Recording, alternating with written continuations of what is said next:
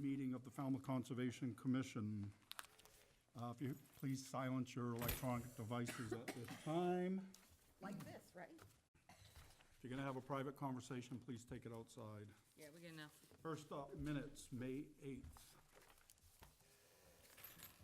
Anybody? Go ahead. Comments? Make a motion to accept this as. Second. We have a motion and a second. All those in favor say aye. Aye. Opposed? Unanimous. Request for continuance under a notice of intent. First up, Delcor Realty Trust, care of Joanna Delapa, 418 Minot Road, Falmouth, Mass, for permission to replace and extend the existing pier. Yes, Mr. Chairman, the applicant is requesting a continuance until June 5th. So moved. Second. We have a motion and a second for a continuance. All those in favor say aye. Aye. Aye. Opposed? It's unanimous. 6-6. 6? June 5th. 5th. Okay. Next up for continuance, Town of Falmouth, care of DPW Engineering, 59 Town Hall Square, Falmouth, Mass, for permission to expand the existing parking lot in the rear of the building. Yes, Mr. Chairman, the town is requesting a continuance until June 5th. So move. Second. We have a motion and a second. This has been continued once already, right? So, Yes, we're still working with DEP okay, on a file number. DEP issue. I figured. Motion and a second. All those in favor say aye. Aye. Opposed? None, unanimous.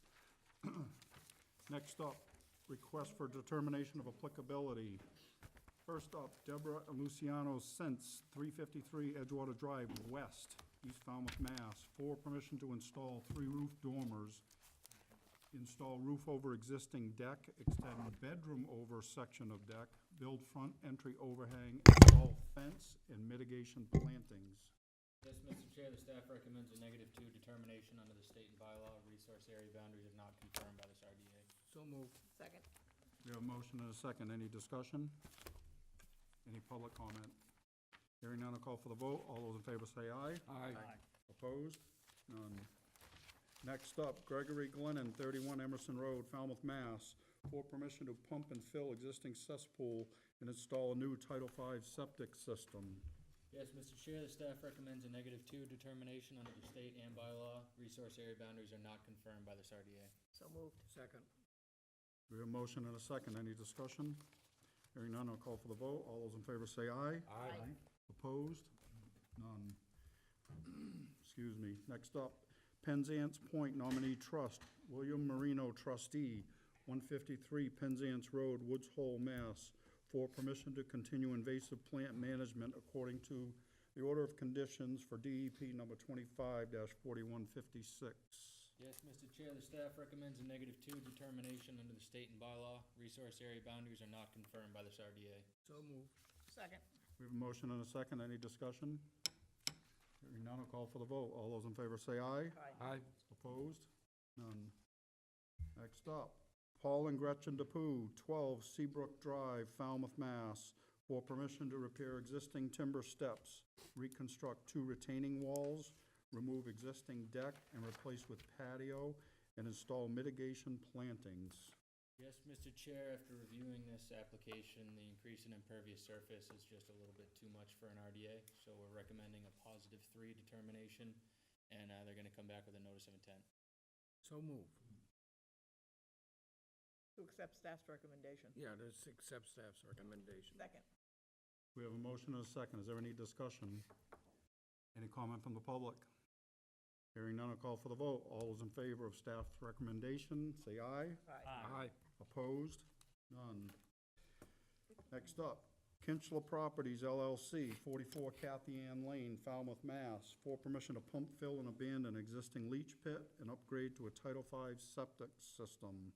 Yes, Mr. Chair, the staff recommends a -2 determination under the state and bylaw. Resource area boundaries are not confirmed by this RDA. So move. Second. We have a motion and a second. Any discussion?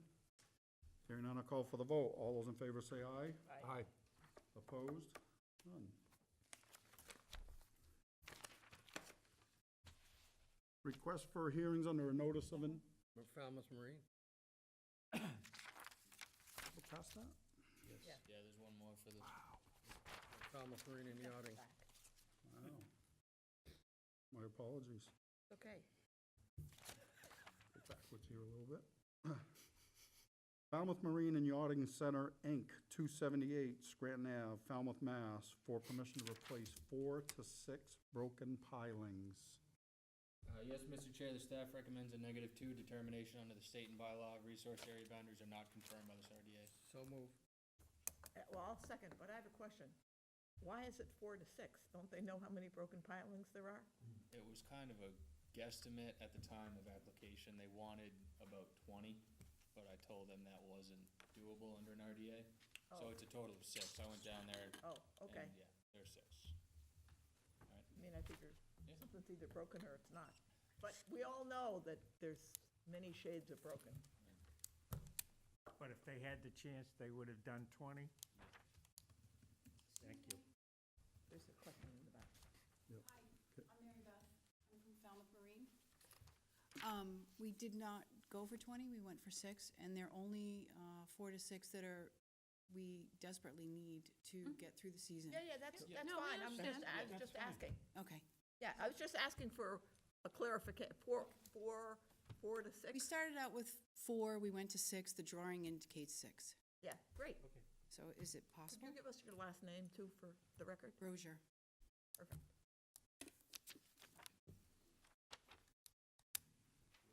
Okay, we have a motion and a second. Any further discussion? Any public comment? Hearing none, I'll call for the vote. All those in favor say aye. Right. Opposed? Unanimous. Now we're done with those. Now we're done with those. I'm glad you were paying attention. Request for a hearing under notice of intent. All hearings of the Falmouth Conservation Commission are held simultaneously under the authorities of the Massachusetts Wetlands Protection Act and the Falmouth Wetlands Bylaw. Although a single decision of the commission is issued, it represents a separate decision under each authority.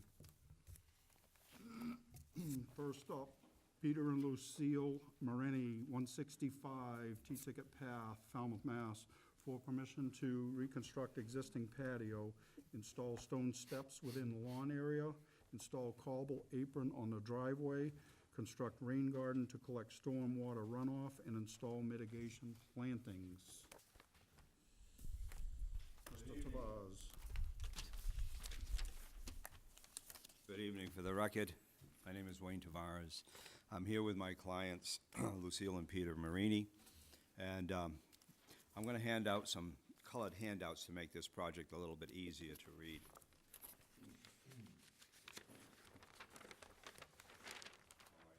Great, thank you. Go digital. Thank you. Somebody else has to put it. And you have the cards. I do, right. Thank you. Wayne, you didn't bring a project on TV?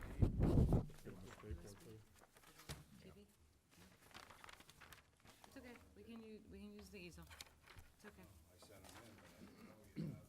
Thank you, sir. No, it's okay, don't worry, no worries. You want one? Yes, please. Thank you, sir.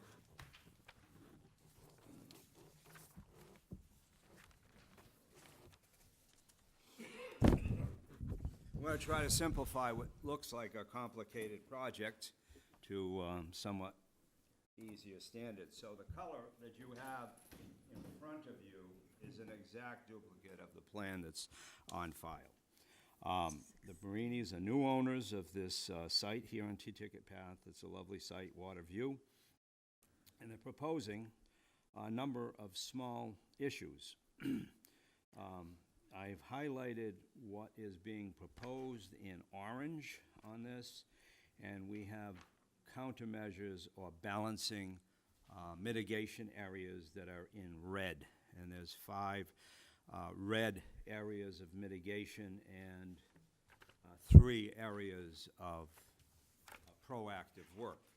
So, to begin with, I've had numerous conversations with the Conservation Commission, Jennifer, Brendan, about this project, and to take off the board some things of easy concern is we're not going any closer to the resource areas on any of these issues. It was approved or okayed or seemed to be okay to expand the lower existing patio to its boundaries that are away from the water, namely a retaining wall that's to the northeast, and then the house itself has a raised planter bed with an existing retaining wall. So that would be removed and replaced with same patio.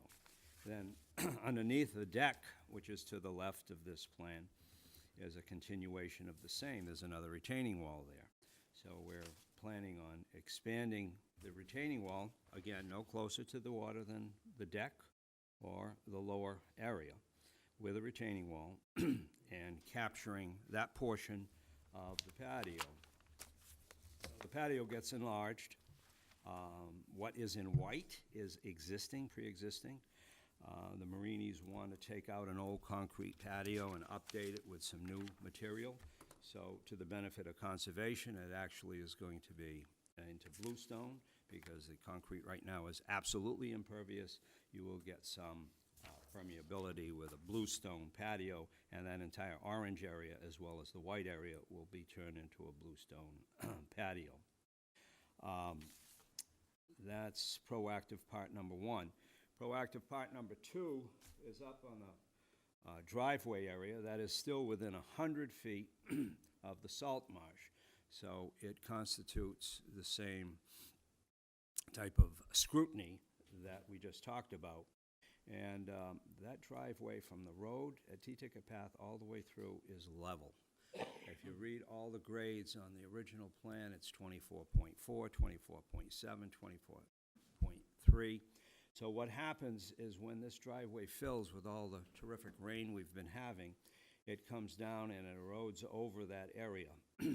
So we're planning on, I discussed with Brendan, a rain garden, but that's kind of commercial. Plus, the people need, the owners need to have access to a set of steps and other further retaining walls in a pre-existing area on that side of the house. So, in what we're hoping to be its own mitigation is we are admitting to some facultative and obligate plants being planted around that area. It's kind of an innocuous area. It cannot be used for parking, so hopefully none of you think that looks like a parking spot. It's not a parking spot. It actually picks up the water that gathers like a cup. It's only about 2 inches deep, and then it just releases. So it is a dry well, and it's surrounded by facultative and obligate, plants.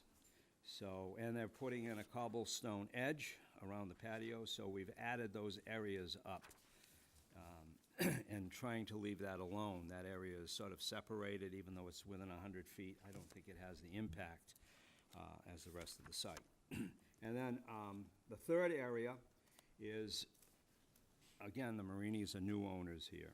And then coming up from the beach with the family as with 1 year of experience, they notice that it's still steep coming up to the top of the slope. So I have pictures here showing the side slope. It's approximately 1 and 3.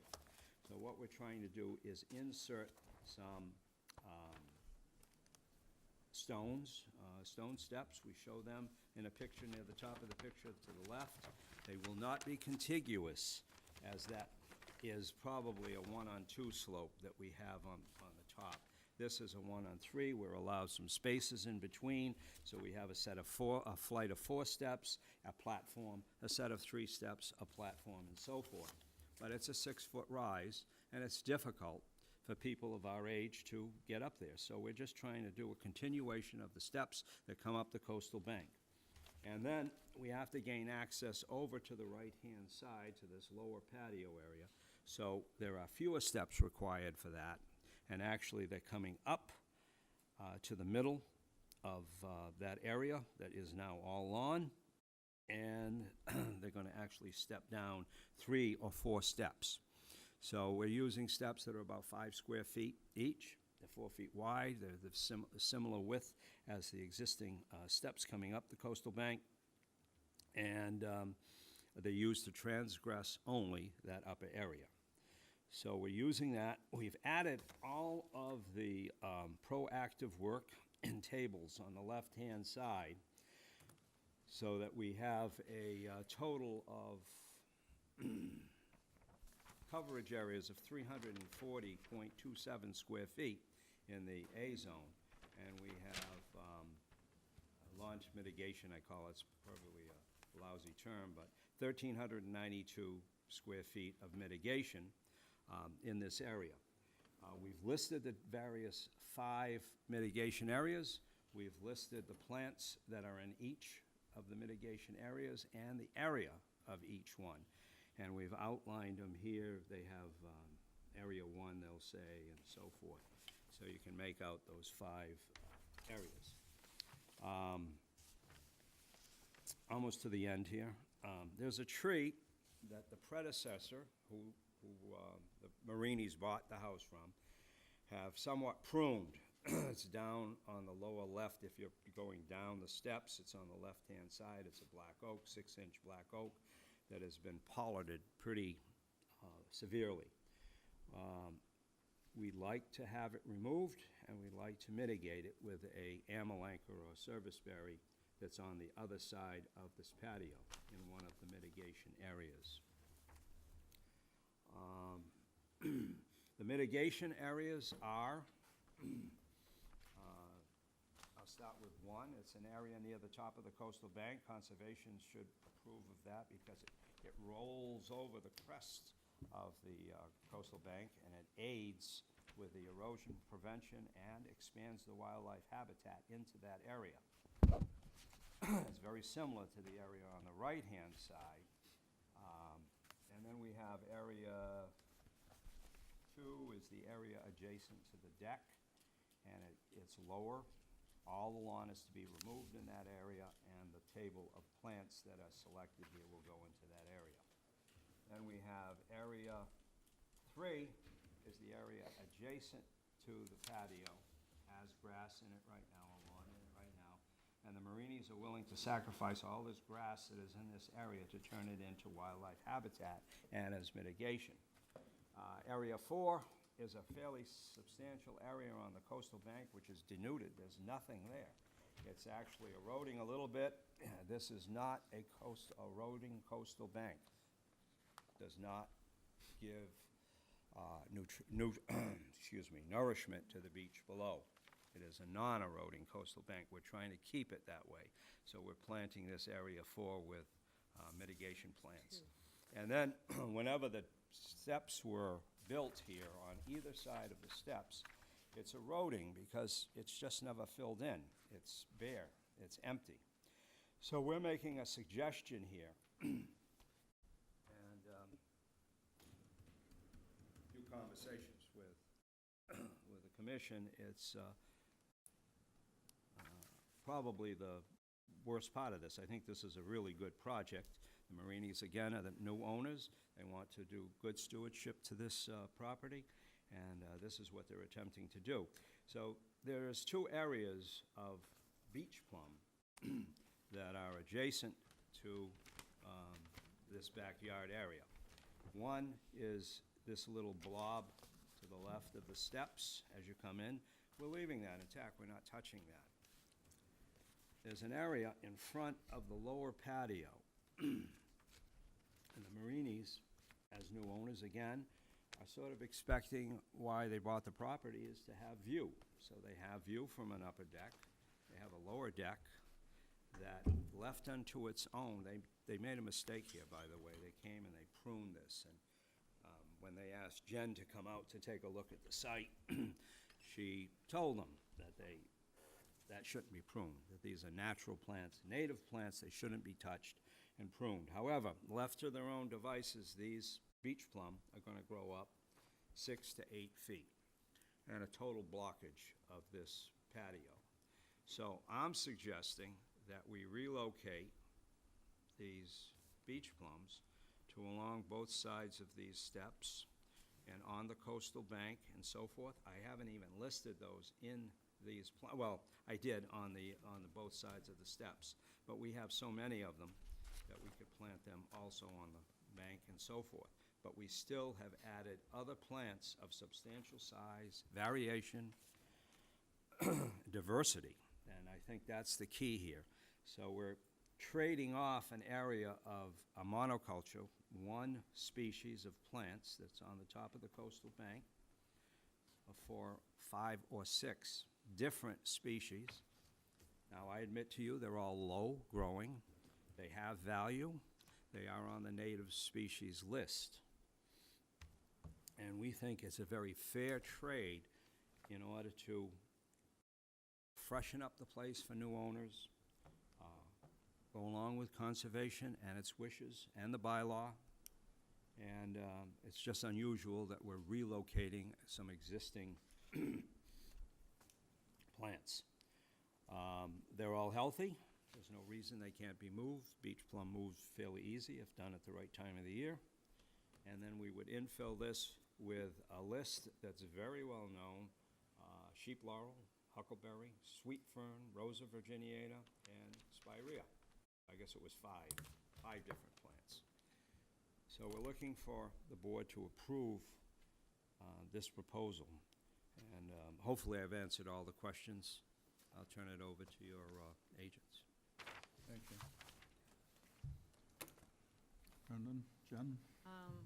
Wayne, the increase in impervious surface in Zone A, you're saying is 340 square feet, Right. and that includes all the stepping stones, the fire pit area.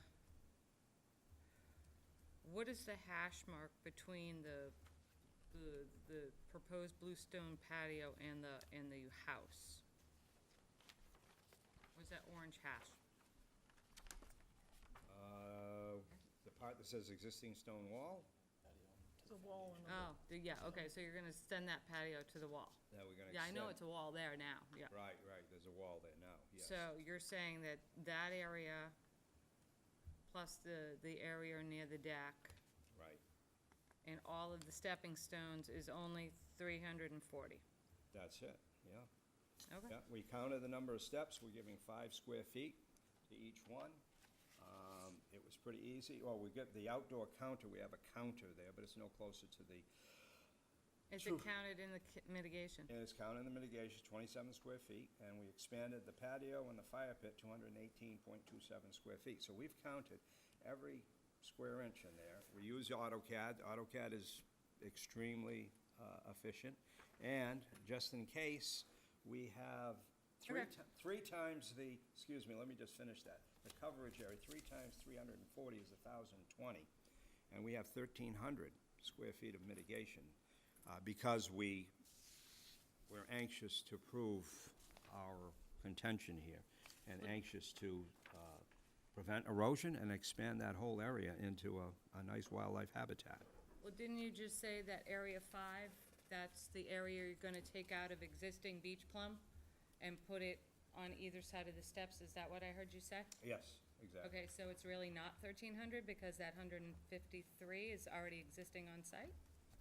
Or we're adding that because you're planting it, because you're gonna plant it again? I see I'm what gonna you're plant it saying. again, yes. Okay, all right.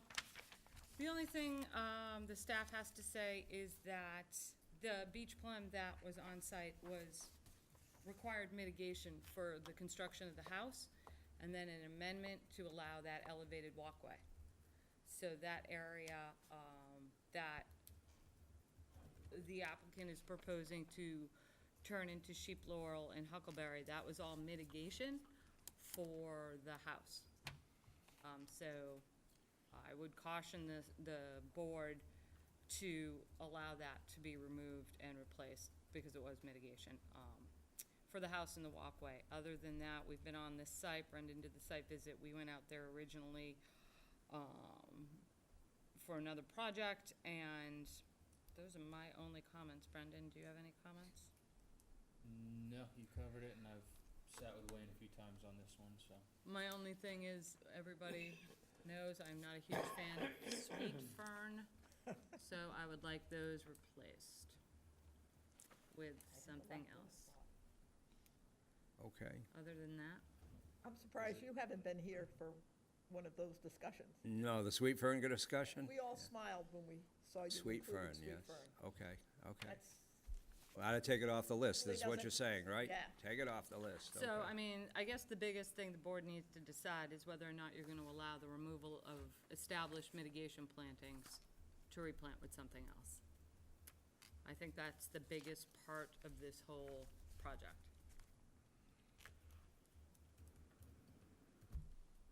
And that's it. anything?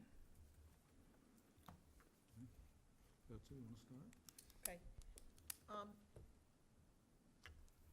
So I have a lot of positive things to say, but I'm gonna start with, my jaw dropped when I noticed, and it might be existing ivy all along the side.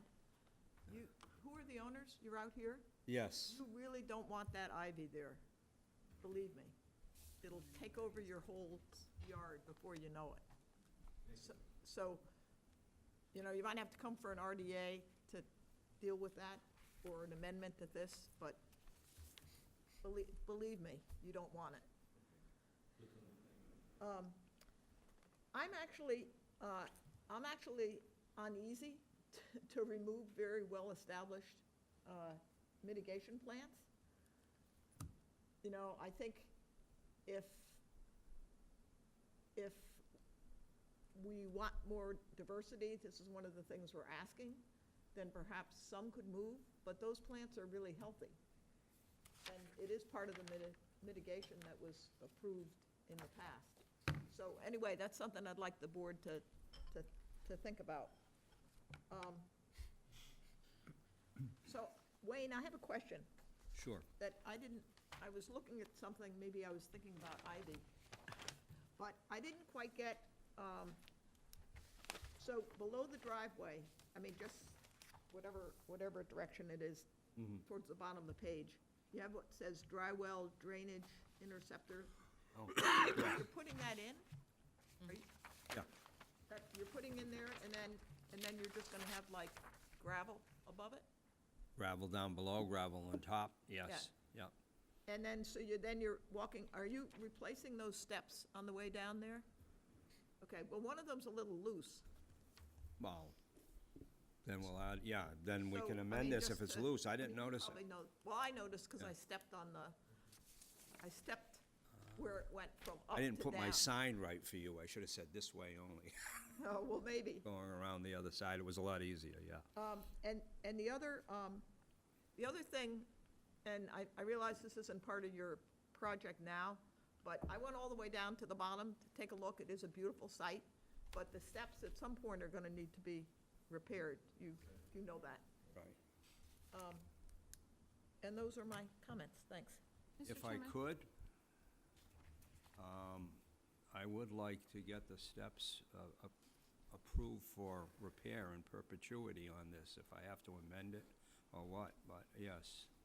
We had a lot of things to deal with, and Yeah, that well, was a missed item. That's not on this, and I think what is needed isn't necessarily just repair. I think it's gonna have to be replaced, and I think, I mean, I don't know, I think we'd wanna review it in terms of the impact it would have during the replacement process. So, maybe that, Jen, could that come back as an amendment? The stairs? Yeah, Yes. rebuilding the stairs? Okay, sure, yeah. Okay. And that'd be rebuilding. We'd like to probably take the approach of seeing how much integrity we have in the frame. No, Yeah, absolutely, yeah. yeah. And repair it Yeah, the first, more and then come back and The see. more insight that you can keep, the better. Sure. I appreciate that, thank you, yeah, thanks. Mr. Chairman, I have something I need Wayne to expand on for the board before we go any further. Wayne, on your plan, you have area of invasive management. Yeah. Do you want to tell us a little bit about that? I put it in the narrative as, and I told Brendan, all we're doing is cutting. We don't want any herbicides used or anything, because Cutting Brendan what? even told me, if we do that, we have to come with a notice of intent for that.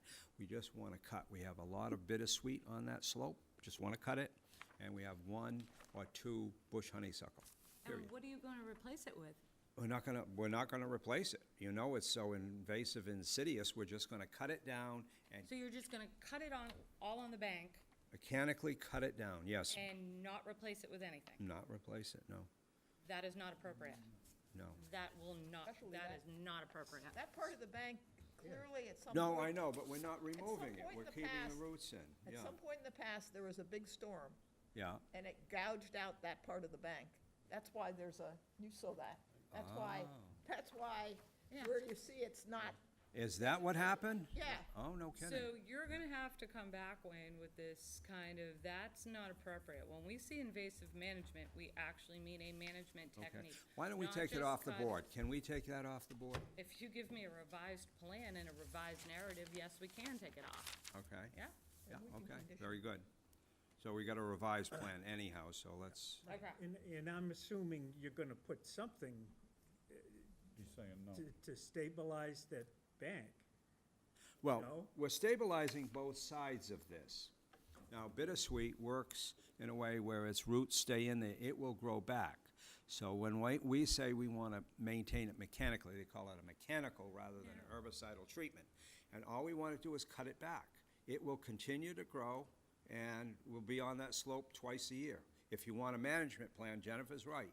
I should say we come in there in June and we come in there in September and we cut. Okay, Wayne? Yeah. That kind of management has never been approved by this board. Okay. Okay, so if you want to come back with an invasive species management plan, that it does not just involve cutting the coastal bank down to the ground and allowing it to regrow and then Okay. coming back and cutting it again, then we can review the project. But this board, probably will not approve that type of activity on the coastal bank. Okay. Having you in there twice a year, cutting it down to grade, and then allowing the root systems to grow back and invasive. I appreciate the guidance, That. okay. So yeah, we that's fine. really didn't kind of talk about that with you, and you didn't bring that up, so that's why it's coming up now. Okay. All right, so you can talk to your clients and decide if you want to come back with a true invasive management plan, or if you want to just remove that from the plan altogether. Okay, if we do that, can we include a herbicide? Cut and swipe? Yeah, We can, okay. absolutely. Great, thanks. But we're not gonna condition that, you'll have to come back with a narrative telling us what you're gonna do. Sure. And then a planting plan of what you're gonna plant in place of all that, okay? Okay. All right.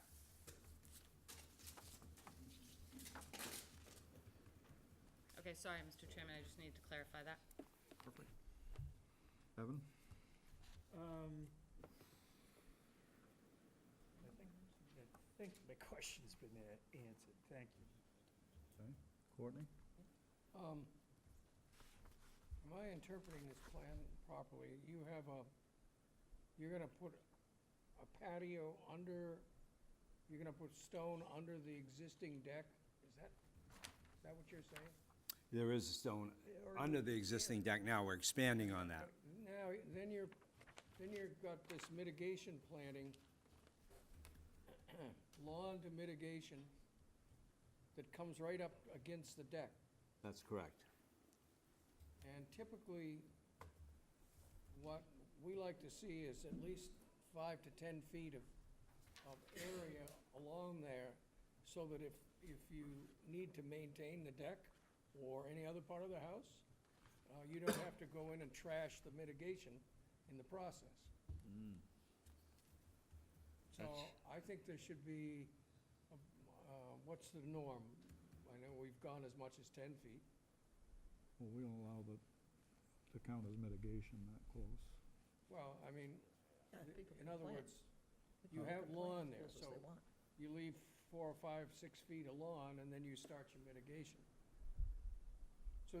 So otherwise, that's all gonna get stomped on and trashed. Suppose that deck has to get rebuilt, which it probably will in due time. It's being rebuilt now. Done now. Okay, so, but, the plants theoretically will last forever. That's the goal, see? So somewhere you gotta, I'm looking at this as a practical thing, and this commission has always made a point of not allowing mitigation plantings right up against a house or a structure.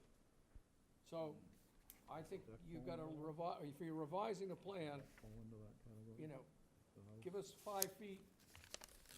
Okay, we have that type of mitigation to give away, according to the formula, so we can take that. Now, let me just suggest something else that another town has done, or made us do, is they have made us put short fences, a physical barrier between, like a patio and mitigation area, in order for it not to be trampled on.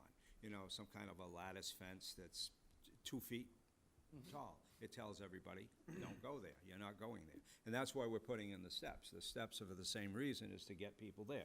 So I agree with that, whether or not we do 5 feet of what, grass, it stays grass, and then we put up a fence. Well, I mean, there's lawn there now, so you Yeah, well, the Marinis really don't want that lower lawn. It's such a maintenance headache, so this is a good giveaway. You can plant whatever you want.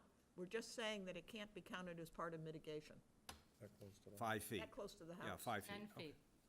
10 Or feet. 10 feet away from the house is what Mr. Byrd is saying. Right, know, Mi- we have allowed oh, wow.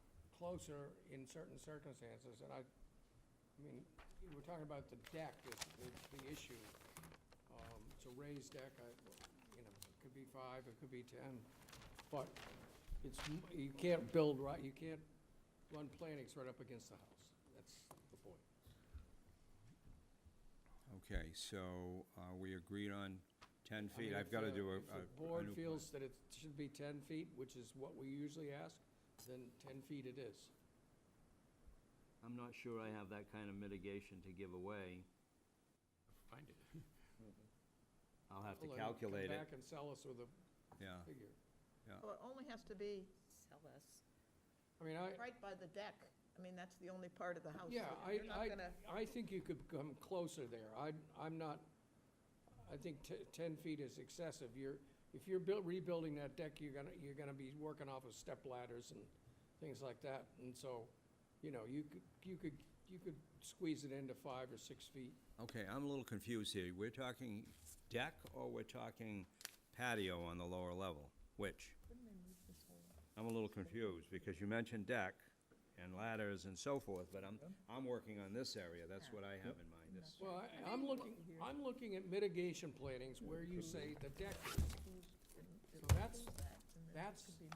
that's where I'm saying you're mitigating right up to an elevated deck. Mhm. And that's what we're saying, you can't do that. I misunderstood, excuse me. Wayne, I have another suggestion. Yeah, go ahead. I'm juggling 3 balls now, so. It's right here. Okay, so you see where your path is, where you have your stepping stones? Mm-hmm. Which one? Which path? The path from the blue stone to the steps, and then you, Here? Yes. yeah, and then instead of going down the steps, you could go up your coastal bank? Couldn't that path be moved closer to the house? Flip-flop. Well, it could, but it would mean more steps on that path, because you're climbing up the hill in order to do that. You're coming off this bluestone patio. Okay, you're approaching it from the bluestone patio, so you would climb up. You're climbing up towards this Okay, intersection. okay, so then you drop down, and you go beneath the deck, you know, along by the deck, and then you have a branch that goes to your Oh. steps, Okay. and then you tuck around the corner. And Okay. then that would provide your, Seal, that's what you were That- saying at one time, you remember? yeah, and that would Yeah. provide your buffer so that people could get to work on the house, and you'd still have all your total mitigation. This came up before Let's because take a we were light for looking to design. put deck steps down where you're talking about, and that was negated because it would put the structure closer to the, Right. so that's correct. So you're asking to put this deck, this walkway up here. Yeah, just tucking it closer to the house. Just a few. And I then mean, that this would, is, I'm just suggesting, yeah, and that would serve as the space right. Absolutely. that you're looking for. Okay. So, just to be clear, you can plant right up against the house if you want, but it can't count as mitigation. So if you want to leave it the way it is, am I saying that right? Correct. That mitigation area along the deck would not count as mitigation. You'd have to add that footage elsewhere. Okay, so Follow me? let's look at that other scenario you just mentioned. So if I put this walkway, and it actually comes right down and it would hit right into this patio. Right. Straight. Right. After that, everything is Right, mitigation. that's how I actually walked off. Is that what we're saying here? Correct. Okay. That's fine. It's a trade-off because there's no loss of mitigation because I'm exchanging this walk for this walk. Right. So, Now- But you also gotta go along the side there, too. It's not just from the bluestone over parallel to He the... understands that. He understands it's all along the house and up the other side. no, I guess I'm not understanding that. This part I understand. Yeah. That's clear. Now, are we talking here? It, Right up against the the deck. rule is, you gotta have 5 to 10 feet. Actually, the rule is 10, Courtney. The rule is 10, so you All gotta right. have 10 feet. If you can convince us, you give us less, Oh. you know, make that So case. you'd like this path to come right up and hug the deck on this side and have an intersection right here? That's what they're saying. That's what I'm suggesting. Now, Okay. you have an alternative. You ready for an alternative? I just want to make sure on that first go-around that the rest of that is all mitigation.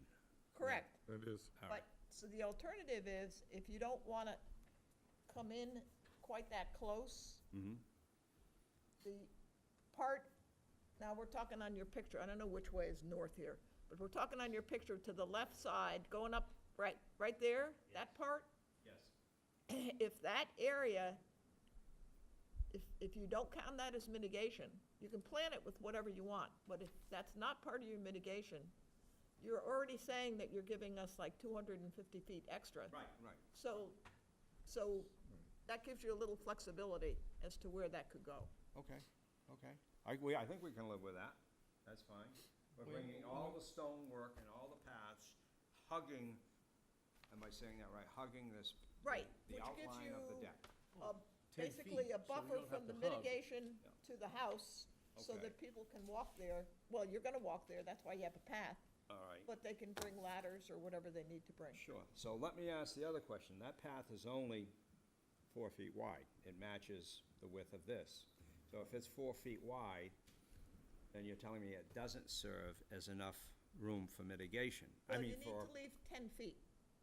So you can be 6 feet from the house, and that mitigation, okay, so you can, probably have excess mitigation. okay. You'll be able to figure it out. All right, yeah, See, okay. the idea is, once you put the mitigation in, it's not to be disturbed. Right, So so that's why we don't allow mitigation plantings up against a house. If you wanna put the same types of plantings in there, it's not gonna count, okay. because if they get, do you see? Because it's an area that can be disturbed. And we want, and then you don't want that, because now nobody can walk through there. Okay. How does that relate to the lower patio? Are we dealing with the lower patio too? No. No, just the upper deck, okay. They've allowed it Got it. right up against a patio in Got the it, past. okay, great. You good? I don't have any other questions, no. Mark? I guess I agree with Betsy on the issue of these beach plums already having been topped, and they're growing fine, it looks like, except the fact that the top was lopped off. I hate to see that all taken out, and I can understand the issue of view, but we have regulations that allow you a 25-foot view corridor, a vista corridor, and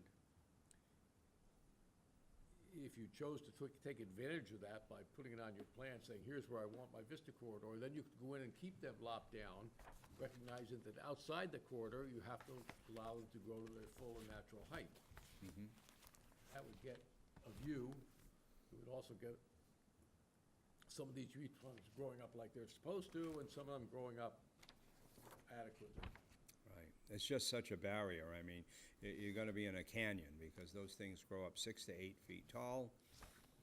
Well, they It were creates an planted as area of, mitigation. That's what they were for. and That's what they were for, Wayne. They were But for mitigation. but we're reusing them again for mitigation in a more appropriate place, I would guess. I would think they would be more appropriate going down the side of the slope And you than could- where they are.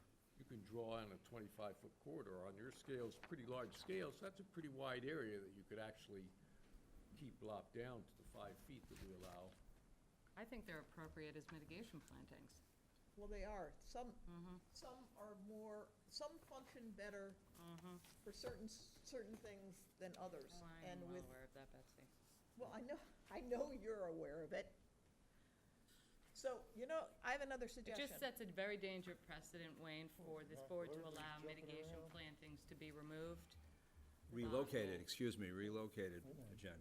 Yeah, It just sets a very dangerous precedent. Even if you are just relocating them, that's an established buffer. Those went in back in between 2005, 2006, so that's been a buffer for 13 years. I understand your clients desired to have a view, but they purchased the house knowing those buffer plantings were there. The documents are all public record. It's clearly on the plans from when the house was constructed or reconstructed and the steps went in, that those were mitigation areas. So if your client did not understand that, then that should have been a question asked at that time. yeah, well, Instead of, oh, I purchased this house, now I don't like this. Well, that was a requirement for the house that they purchased, the walkway they purchased down to the beach.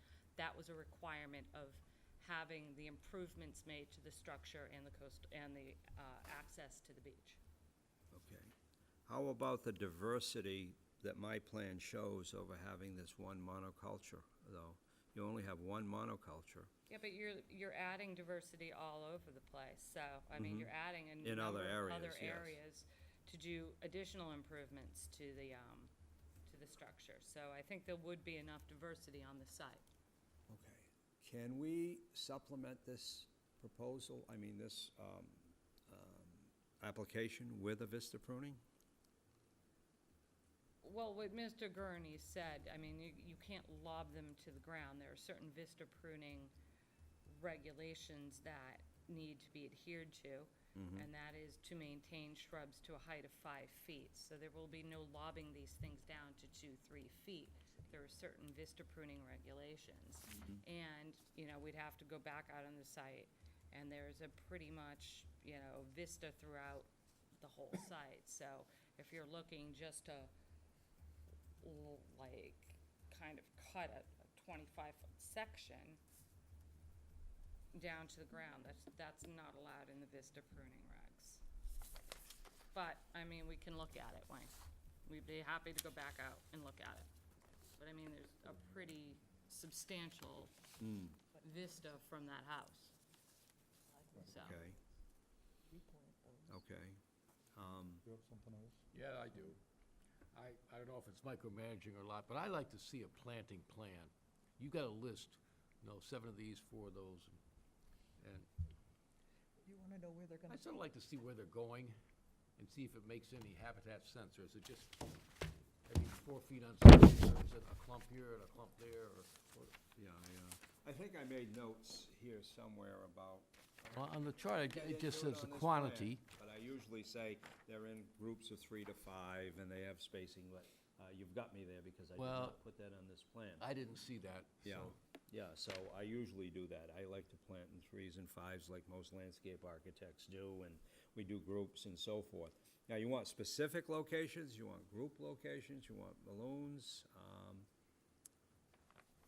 Oh, I don't know, yeah. We no, I try mean, to I could see a generalize circle so that that. says a group of 5, that would be fine. I don't need to see 5 little dots or whatever. Okay. But just to get some idea, just that, so I can see that we're not gonna have what we sometimes have, which is 1 every 4 feet. Sure. And it's not of much use for anybody, wildlife or habitat. Okay, thank you. Yeah, okay. That's all I have, thank you. Steve? Thank you. I thought Mark's suggestion of the view corridor was a good one. Here, I was trying to figure out what to do with the beach plums. I find them extraordinarily easy to relocate as an amateur, so I imagine that anybody with any skill could handle that quite well. I understand the point about once it's there and approved, then it's there, but I really don't have as much problem with moving the beach plums. That's all I have. Okay. Thank you. Okay, I have another suggestion. Sure. I think it would be really useful for you to work with Jen and Brendan, because you are allowed a vista corridor. And so some of the beach plums, I wouldn't top them. That's not a good, although you landscape people in the audience wouldn't approve of topping plants. I would move the ones right in the center of the vista. I mean, you have a low patio here. This is a new owner. This is a new vision. You want to protect that buffer. So some of the ones that are right in the middle, so you have a view from, your chairs or whatever's on the patio there, some of those could be replanted down in these other areas. And your diversity that Mark's talking about, have like a mosaic of clumps of different plants, but that are a little lower, could be put in that. So they still have a buffer function. Not as, I'm always interested in how much water and nitrogen they can take up and soil they can hold, so I would love to see all oaks there, but I'm not asking you to do that.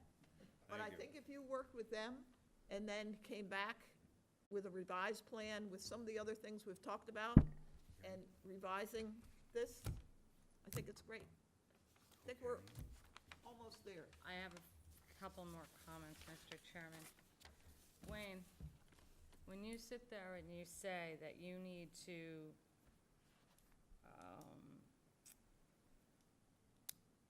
have about 1,000 square feet, more or less, of buffer plantings for your 340 square feet of additional impervious surface in the commission's jurisdiction, correct? That's what I have. Okay. So basically, what I can tell is you're just calling out an area. Let's take area 4, for example. Okay, so 424 square feet, right? Yes. You're adding 21 plants, correct? Let me look up at area 4. Or am I reading that wrong? Yes, 21 plants in area 4. yes. And then we have area 2, which is 300 25 square feet. and you're adding 18 plants. Yes. So are those plants filling up that area? So when we say that you need to add a 3-to-1, we don't want you to just call out an area on the plan and say, oh, we're gonna scatter our plants through here. They have to actually be a certain, footage on center. Right. And some of them vary. The board likes to see 3 feet. So I don't feel that you might have enough plants that cover that area. Okay. The way the board usually sees these types of projects.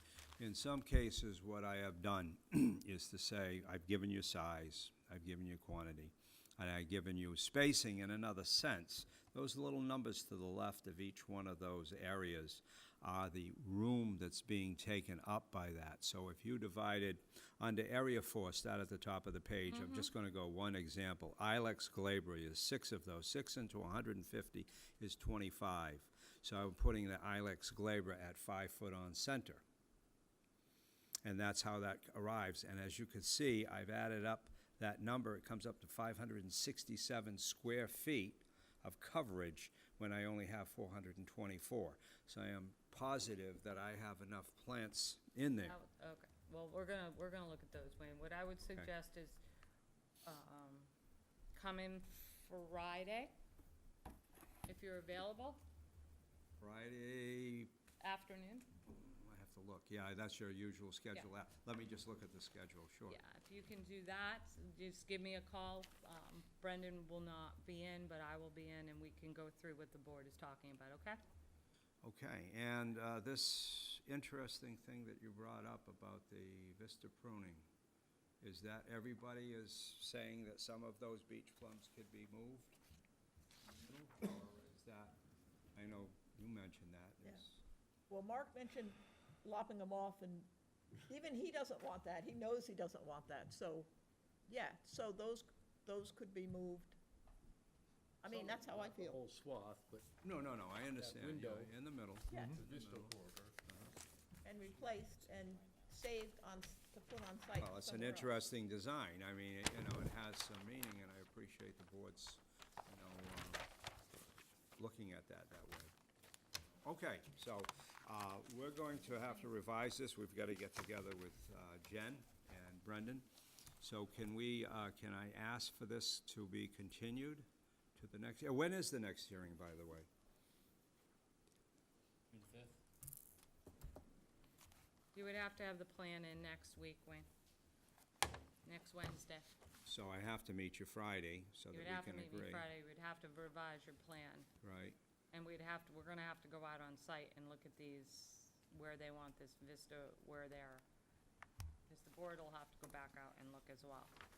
okay, so that'll be, if we meet Friday afternoon, we can go out next week and look Correct. at it. And I have to have the plan in Wednesday of Wednesday. next week, right? Correct. It's all doable, it's all AutoCAD, so it's not a big deal. Can it fit on that schedule? And you're including in this your invasive management? I'll probably take it off the board, or I have a full, believe me, I Then it's- have a full you're management clear that schedule. You can't touch that then. What's You that? can't prune it, you can't do anything. No, we understand, without the management program, we understand that, Jen, Courtney, can it fit sure. then, on the 5th? Hang on, I'm looking. If you're gonna do all this, this is the time to do it. Sure. But you don't just cut it down.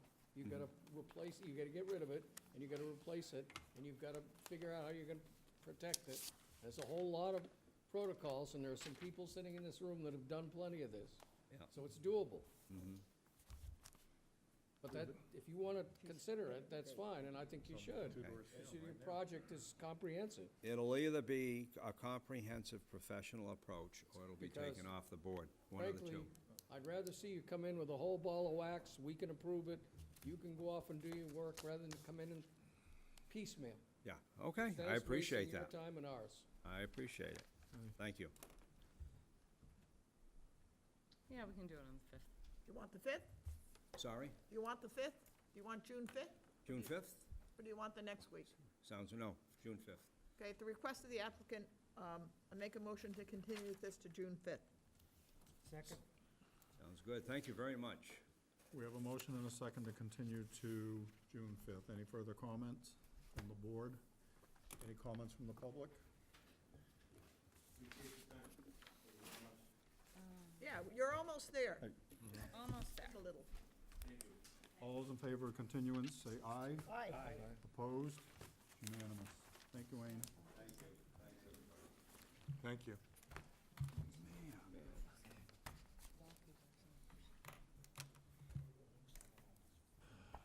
Need to work on the details. After an hour. Okay, the next one's been continued. So, continued hearings under notice of intent. Seascape Association, Inc., care of Timothy Gallagher, Waterside Drive, B Beach, and Site Lot 103, map 00402A, 105-000B, Double and check. 103, North Falmouth, Mass, for permission to conduct beach maintenance, install temporary snow fencing in the winter, to maintain a permanent snow fence, and to nourish the beach when sand is available.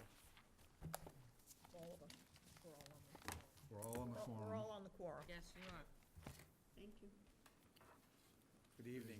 I'm Tim Gallagher. I'm president of Seascape Association. I was here 3 weeks ago, went over the plan. There were 5 items that were asked to get done before we concluded this, and I think all 5 of them have been done. The mass step number, I think, is in, so we're all set with that. That came in on 5/8. We're also asked to come up with a revised plan, which we submitted. You guys all have it. It's proposed beach nourishment. We were asked to put transepts on the plan for where we were going to push the sand. And on the new plan, which you all have, we put transepts on the plan for the 2 places where we're going to put sand. We were also asked to identify the area on the beach where we were going to put the mitigated, the new sand, and it's outlined right here on the plan. Now, the total area of beach replenishment is what we would like to do over time. What we've done with this year's 80 cubic yards that we got is it fills up the area just left of the kayak racks on the map to about halfway around the arch just after the parking lot. And it goes down, halfway down the mean water line. So that is the area that we filled the last time with 80 cubic yards. We're only asking for 90 cubic yards over 3 years, but over the course of time, we would like to spread it out in different places in this area. So we've outlined the whole area of beach nourishment over time, okay? So that was the second thing that was asked for in the proposed map. And so you all have the revised map. Now, if there are any questions about either of those two things, I'm glad to go over them with you. The other two things that were asked for was that Jen asked that we wait for Marine Fisheries to get back to us. Marine Fisheries had sent us a letter the day before, the day at the meeting. We responded to them, and we were gonna wait to hear from them again. We didn't hear from them at all over the course of the 3 weeks, so 2 days ago, I think it was Monday, I sent them a letter, a note back saying, do you have any, the meeting's coming up, do you have anything else you wanna send us? So we got a revised letter from them, basically asking for where's the outline of the beach nourishment on the plan. And so we sent them the plan, we sent them the revised plan. And we got a note back from her asking us, okay, you've got the revised plan, when are you gonna put the sand in? And I sent her a note back saying, we've already done the sand. We did it, and she said, is this a after-the-fact filing, that you've already done something and now you're trying to get permission to do it? And I sent her a note back saying, no, we've actually had this plan in place for 10 years on this piece of property, and this is not the first time we put sand in there. And she sent me a note back saying, I'm really sorry, I reread your documents and you're right, there's no problem. And I have those in email if anybody wants to see them, and Jennifer has a complete copy of all the emails. Well, yeah, I was gonna say, if Jen has it, then it can be in the record. It Well, probably she- should be in the record. She's been in correspondence on everything that we've done back and Yeah. forth. But I wanted to proactively ask her, did you want to say anything before we had this meeting? Right. And so that's how that dialogue developed. And then finally, I was asked to get the contact information from a beach groomer that we're contemplating using. The beach groomer's name is Sandman. They're in Connecticut. And I had sent to Jennifer the contact information and who they were and where they were in their website. So she has the information as to that company. We're gonna use them as a leverage to try to lower our price to get the local people to do it. But we haven't decided which one, whether our local guy, George, or the Sandman is gonna do the work. But the Sandman does work on the Cape already, so. So those are the 5 issues that came out of the last meeting on May 1st. I think we've answered all of them. Okay, a couple of things. The division sent an updated letter, so we do have that. They want to put a condition in the order of conditions asking for a before placement eelgrass survey and an after placement eelgrass survey. So that, that might be conditioned, Mr. Gallagher, as a new condition that you have to do an eelgrass survey in accordance with the recommendations of Eileen Feeney. It was under your message from her on May 21st. It said Mr. Gallagher, and it had a bunch of stuff, and then it had a thing where it said Ms. McKay and Mr. Lynch.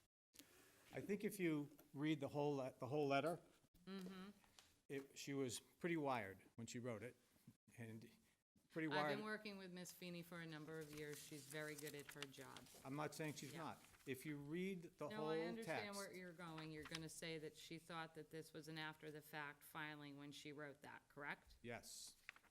And then she followed it back up with another email that said, no, it isn't, and I have it here.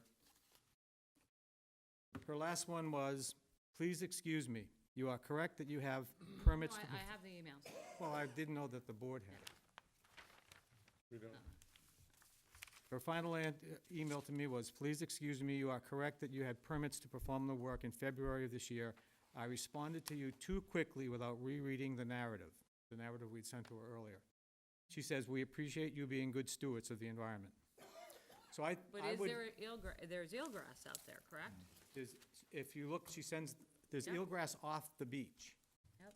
Yeah. We may just need to clarify what that means. Well, the question, that what it says is if there's eelgrass within 100 feet of the nourishment.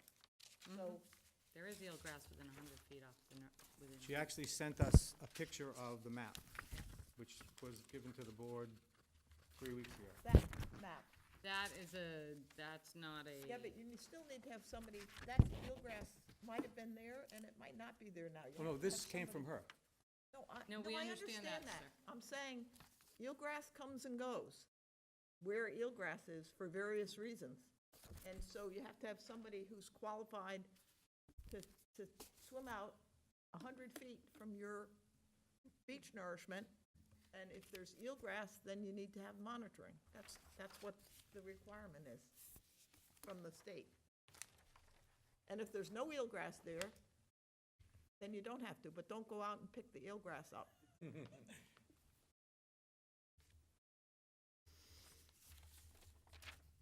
But we have been very prudent in developing and maintaining these beaches. We have 2 beaches, and they're in great obvious. shape. Yeah. And so, if that's going to help maintain them, then that's fine. We don't have a problem with that. It's gonna help protect the environment, sir. Yeah. Second of all, so that was one. I'm not done yet, Mr. Gallagher. Lucky you. Don't be scared.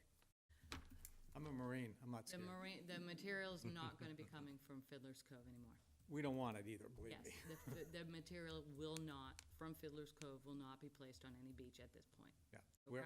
We're going to have it sifted, and we may, the board, our board, is considering actually having it taken off. I kind of figured that was gonna happen. So, So, we're gonna have to find another sand source. Yeah. That means, we're not saying that you cannot have your 90 cubic yards of beach nourishment. I do need to have you clarify what you mean by over time. But Well- you're going, one thing at a time. We're gonna have to find a different sand source for you. So Sure. you'll have to get a grain size analysis done of the sand source that you're gonna be using to make sure it's compatible. Because we really did not want to allow the material to be spread. We did so after consulting with your consultant, and we're not happy with the results. So we didn't think your board was gonna be happy either. So I'm happy to hear that you're considering removing it, because I think you should.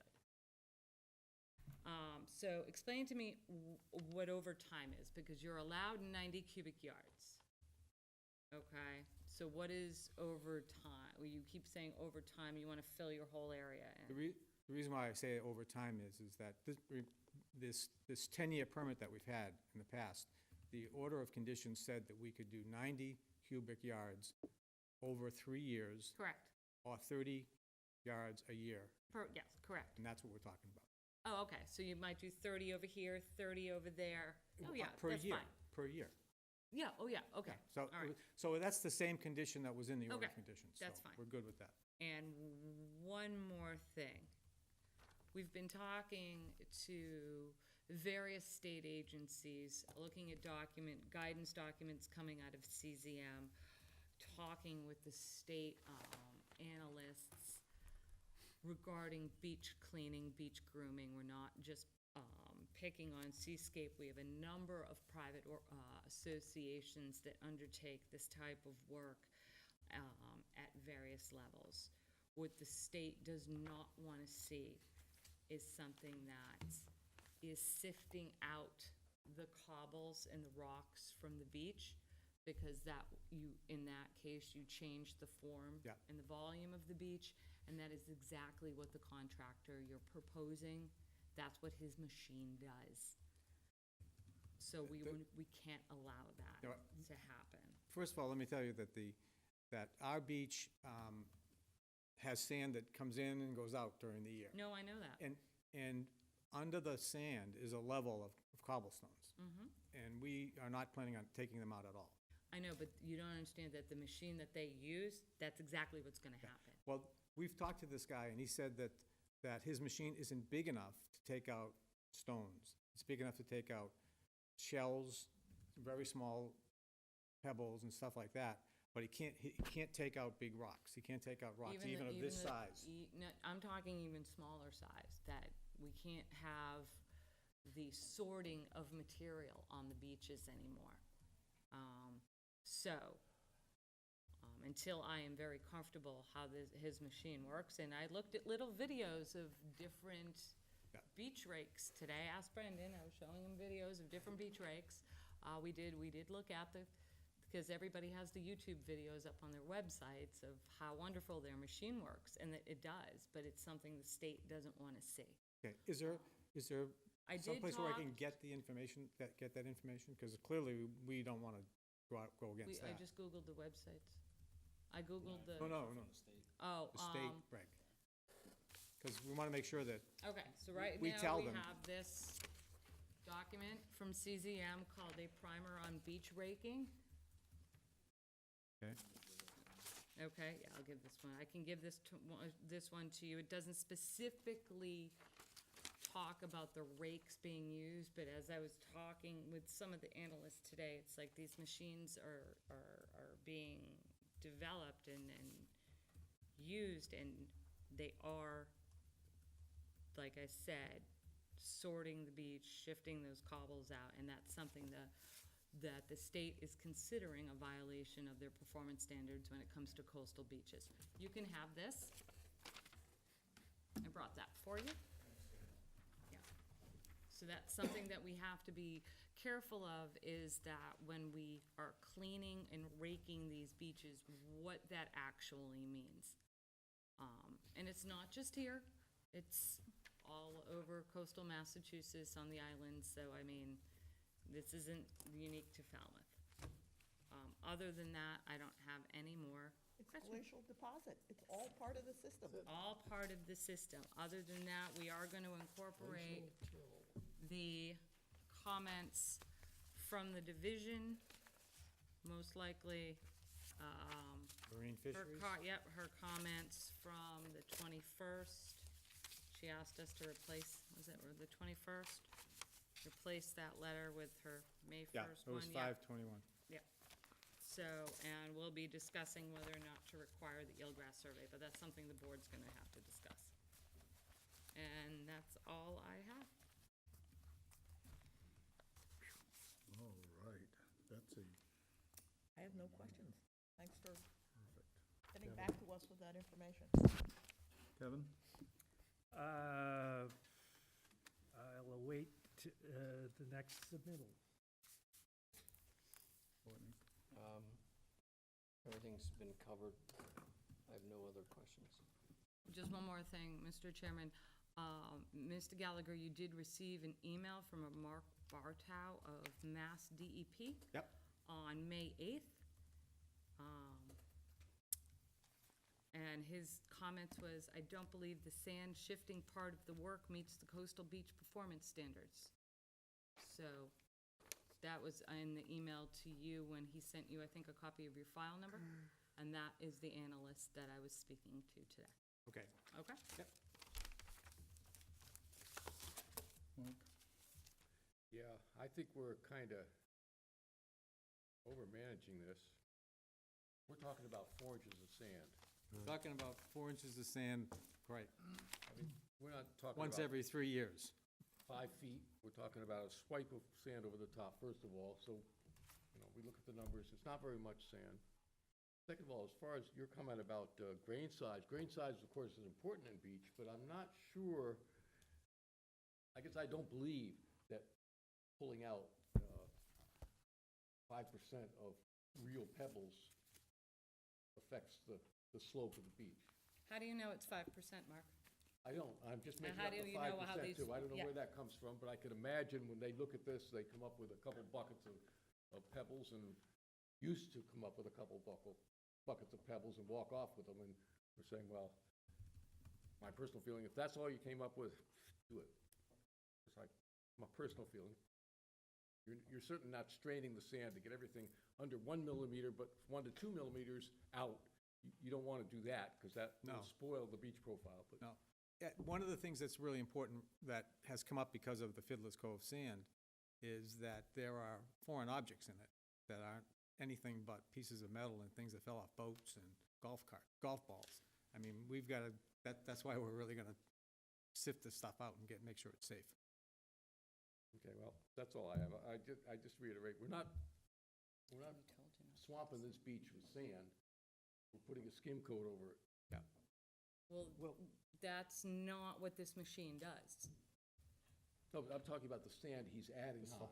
No, the sand that the association wants to add the 90 cubic yards, that's fine. What I'm talking about is this particular machine that they want to put on the beach. And when they say raking or cleaning the beach, this brings up sand, you tube it, and sifts out a lot of the trash, but a lot of the cobbles as well. We did get a complaint on an area beach today where they were using one of these types of machines, and the director of now MES, Marine and Environmental Services, watched them dump buckets and buckets of cobble out as they were going by. So it really does change the form of the beach. Yeah. The only beach So, cobble I've seen, the cobbles are like this and bigger. yeah.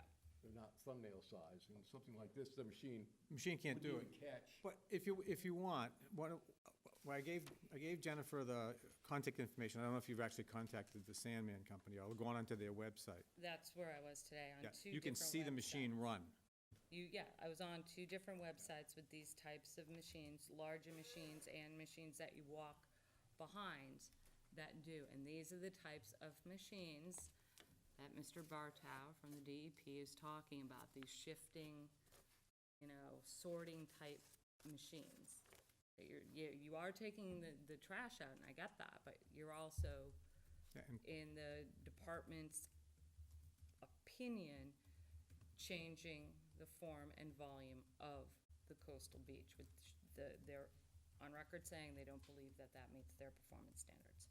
So that's where the staff is standing behind the guidance coming out of CZM and E DEP. Steve? I don't have anything else. I was curious what the problem was with the sand from Fiddler's Cove. It had a lot of junk in it, is that? When it came out, when it did come out and was originally placed on the beach, there was some concern about spreading it. We did go down, we expressed some concern. We met with the Seascape Association's consultant on site and looked at the material, and they assured us it was gonna be fine, and then once it was spread, I don't believe it is fine, is it, sir?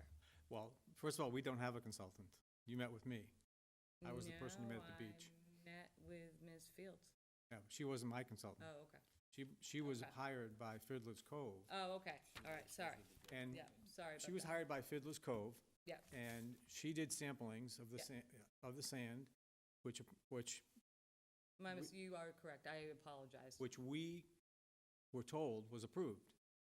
Both Fiddler's Cove and the Conservation Commission told us that the sand was okay to use.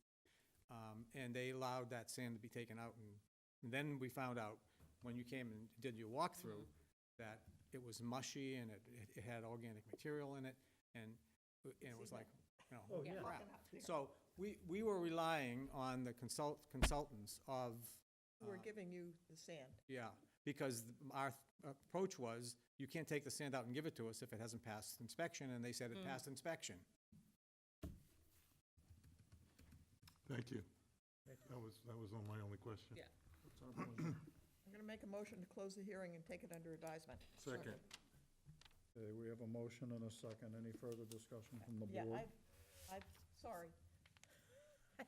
I have one more comment, and that is, when the staff has approved a certain person to do a job, then if that person is going to continue to do the job that the staff knows, then that's fine. If, this is just a general, if there's going to be a new person, and like you mentioned and you sent the information, then Jen and Brendan would have to meet with that person to see what method they were going to do.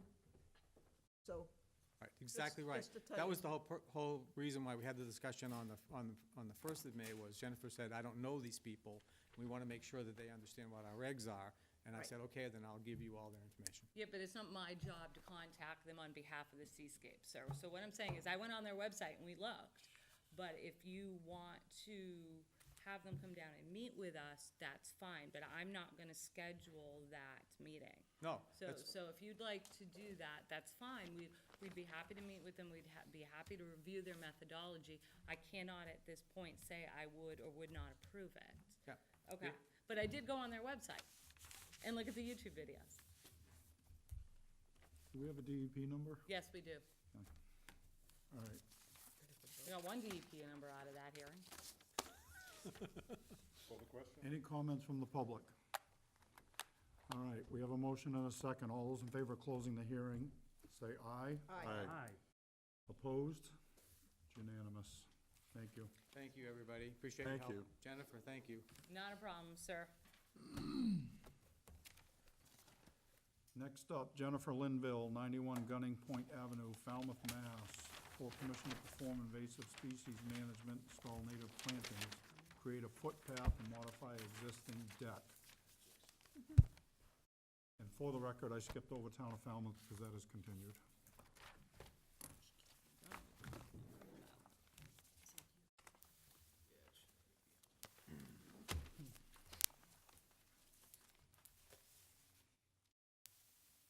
For the record, I'm Maria Hickey Landscapes. Just to catch up, everybody should be looking at a plan date, Got it. revised May 7th. Am I correct, Maria? Correct, and thank you, Brendan, for bringing this up. I love the new technology. And No. just so you know, we're all on quorum. Fabulous. Again, for the record, I am Maria Hickey from Maria Hickey and Associates Landscape, certified and licensed invasive plant expert in Massachusetts and Rhode Island. You're currently looking at the updated planting plan that shows a little bit more detail about our different areas of planting. And also, I've submitted to you all, per Courtney's request, an invasive species management plan that offers a little bit more detail about how we will control the errant plants trying to cross the property line in the south corner. Just to reiterate, we came before you a few weeks ago requesting permission for a number of types of work on the project. We were missing the square footage on the upper level deck that was going to be installed. That's been updated. And as you can see, we did this planting plan in color to best help you. Let's see, I just grabbed the mouse. And if you go by the colors, it shows you, for example, blueberries. I'm looking for the key. Is that on here? Oh, Maria, you have the wrong plan. Sorry about that. I have the real one in the truck, if you want me to go get it. There's a bit of a mix-up with getting the plan up there, so that's my fault. Okay, so pretend you're not looking at this one. Do you want me to, X out? Dated May There we go. 7th. Do you have your May 7th plan up there? That's not what you brought No. up. Okay. Do you have one? But I do have it out in my car, and you have it in Okay, front we of have you. this one. We can- Perfect. So basically, what I wanted you to all see is the level of detail, color banding, to show, what the different plant groups are. And again, I'll never be accused of underplanting a site. I think Jen and Brendan can vouch for that. I really believe in that methodology of do it once, do it right, remove your invasive Vander. species. Hey, all right. Right? Real teamwork tonight. Yeah. What do they say? Teamwork makes the dream work. But just to talk while they're getting up. So it's so important when you have a site that's so infested with, non-native invasive vines to do a thorough job of eradication. And then your replanting should be at a higher density.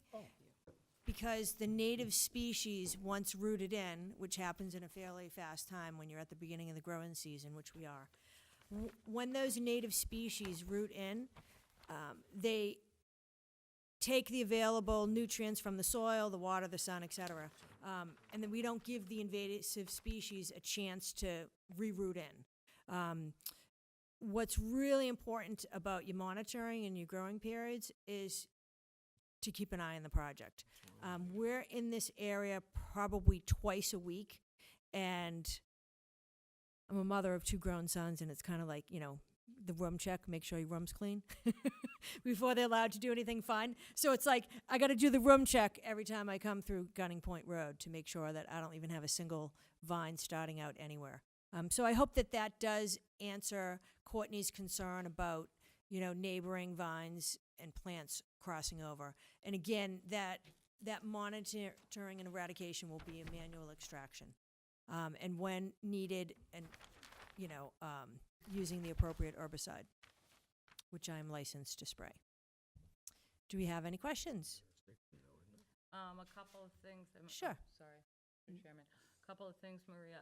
Yep. The deck was reduced. Yes. I think one of the things the board had last time was the deck in the velocity zone couldn't exceed Correct. 200 square feet, so they did, because they were adding the second Yes. tier to that deck, that they did reduce the size of the proposed expansion of the deck, so it's not that much Correct. It's 186 square feet, I believe. to that. And there's 3 footings involved and a cantilevers on the footings. And then there was discussion at the last hearing about allowing a border of perennials along Sippowiset Road. Correct. So the yellow part of the plan near the house is going to be the mitigation for the deck expansion. Correct. The other colored part of the plan is Maria's plan for the invasive removal and replacement. And the board did allow, at the last hearing, have discussion to allow a small border of perennials along the road to remain, to allow a clear line of sight. That prompted the plan before this, where a large portion was perennials, which then I had the discussion with Maria, so we changed the plan again to say that, no, what we meant was that border. So that pale pink around that, Maria, if you want to show them, Sure. is that border that you said would be okay along the road. And that was discussed at the last hearing. It was also discussed that I did not want to see perennials within 50 feet of that small isolated wetland. Correct. So that was, Correct. that was changed. And then the board wanted to see a little bit more detail than what would have, and this is the capability of Maria right now, to shade them in this manner, to show you the different types of species that she's gonna plant in the different areas, correct? Correct, correct. And then one difference of when I do my native perennial plantings, I use 1-gallon plants. I don't use a seed mix or anything like that. I'm going right after mature plants, and we do a dense planting plan. So literally, there's very little space between the plants, and it creates the most beautiful wall of, pollinators. There isn't hash-marked area, Maria, where there were native plants that were required for mitigation that are being overgrown that you're proposing to replace as well, correct? Correct. Okay, all right. I think the concern the staff had last time was like the removal of the invasives and what was proposing to be replaced within the wetland area, and I think that's been addressed. Courtney, your question about who owns the road layout. Gunning Point is a private road or public road? Town road, okay. So, I mean, you would need permission, Maria, before you work within the town-owned, the town road layout? okay? I had already met with Jim Grady at the Oh, DPW. Yeah, Okay. and he So was we're gonna like, Need something from Jim in writing. I think got you it. mentioned that the last Yes, time that you had met yes. with Jim Grady. and he Um, said, whatever you want. Yeah, well then, tell Mr. Grady that he needs to send me an email. Correct. Okay, I did mention that, Yeah. and he said, okay, whatever we needed. and that's fine. I'll We had send their it- blessing, and Yeah, Apparently nope, we I don't have need it, I need it in writing from You Mr. got it. Grady. And that's it. Those are the Okay. only comments. Apparently, we don't have it yet. No. Which is fine. I mean, we realize Jim's busy, but. yes. you But I want- did go in and meet with him, and he was excited that someone else was gonna handle right, this you instead want of us him, to have it before we so start. could Start. Oh, of course, absolutely. I'll be on his doorstep as soon as he gets in tomorrow morning. Steve? No, thank you. Thank I you. appreciate the additional information, no question. Mark? I like the choice of plants. They look quite appropriate for that area. Personally, the idea of having these all on 3-foot centers in this 4,000 square feet makes me sick. I'm sorry, it seems like it's just gonna be bloop, bloop, bloop, bloop, bloop. It's gonna look like a small vineyard, maybe. It doesn't really. I don't know if you've seen any of our projects before. They look very densely planted. You don't really see the spaces between the plants. And then especially with the perennials, you can't see any spaces at all. Don't see any advantage in clumping them to some manner, or, I mean, is this 3-foot centers, is that just sort of to check off the requirement, or is that? No, what you're no, actually gonna do? that's your best strategy from an invasive management strategy standpoint. That is you want to plant your plants to not only survive, you want them to thrive. And when you do like these little clumps that everyone else likes to do with spaces between them, you just left virgin earth exposed, and your invasives are gonna Yeah, jump right in and overtake and blanket everything again. We don't give them a chance to do that. And you're also creating valuable habitat for any nesting animal, because you have a nice, beautiful thicket of shrubs. Well, one thing that bothers me, and I don't know if there's anything you can do about, one can do about it, which is often things are planted on X feet on centers because their mature size is X feet. But that mature size, they kind of forget, is 25 years from now. And for 15 of those years, you've got a bunch of little plants, well-spaced, sort of individual. I would respectfully disagree. This is my area of expertise, and I could cite 25 projects. I would be happy to actually take you. I'd love to take you on a little guided tour and show you ones that are a year old, ones that are 3 months old, so you can see how fast. Are they local? Yes, all in Falmouth. Sign me up. Awesome. And if you want to shoot me your email address, I can send you befores and afters, you know? It's not even work to me. I'm passionate about it. I would love to see it. Awesome. We have a date. Minimum requirements. Is that an understatement? Thank you for addressing everything. Thank you. Betsy? Can't wait to see the finished product. Betsy, you'd be happy to hear, I have 2,000 milkweed plants growing. Oh, great. I have to wrestle my brother for them because he wants them too. But and it's his greenhouse, but The other thing that was added that you didn't mention, but we asked about the trail. Oh, through yes. the neighbor's property that goes all the way down. yeah. And that's mostly for our benefit to an access point to work in and out of, and it doesn't go all the way to the pond. It stops. Well, it goes to the wetland. Yeah, it stops. But I mean, it doesn't, give them access into the water or anything like that. Kevin? Having been out there, I can only comment that it seems as though someone's making a significant investment in seeing that they have a nice side yard. I think that it won't take much to improve. I mean, what's there now certainly is beneficial to the wildlife, but this is offering a much higher functioning habitat.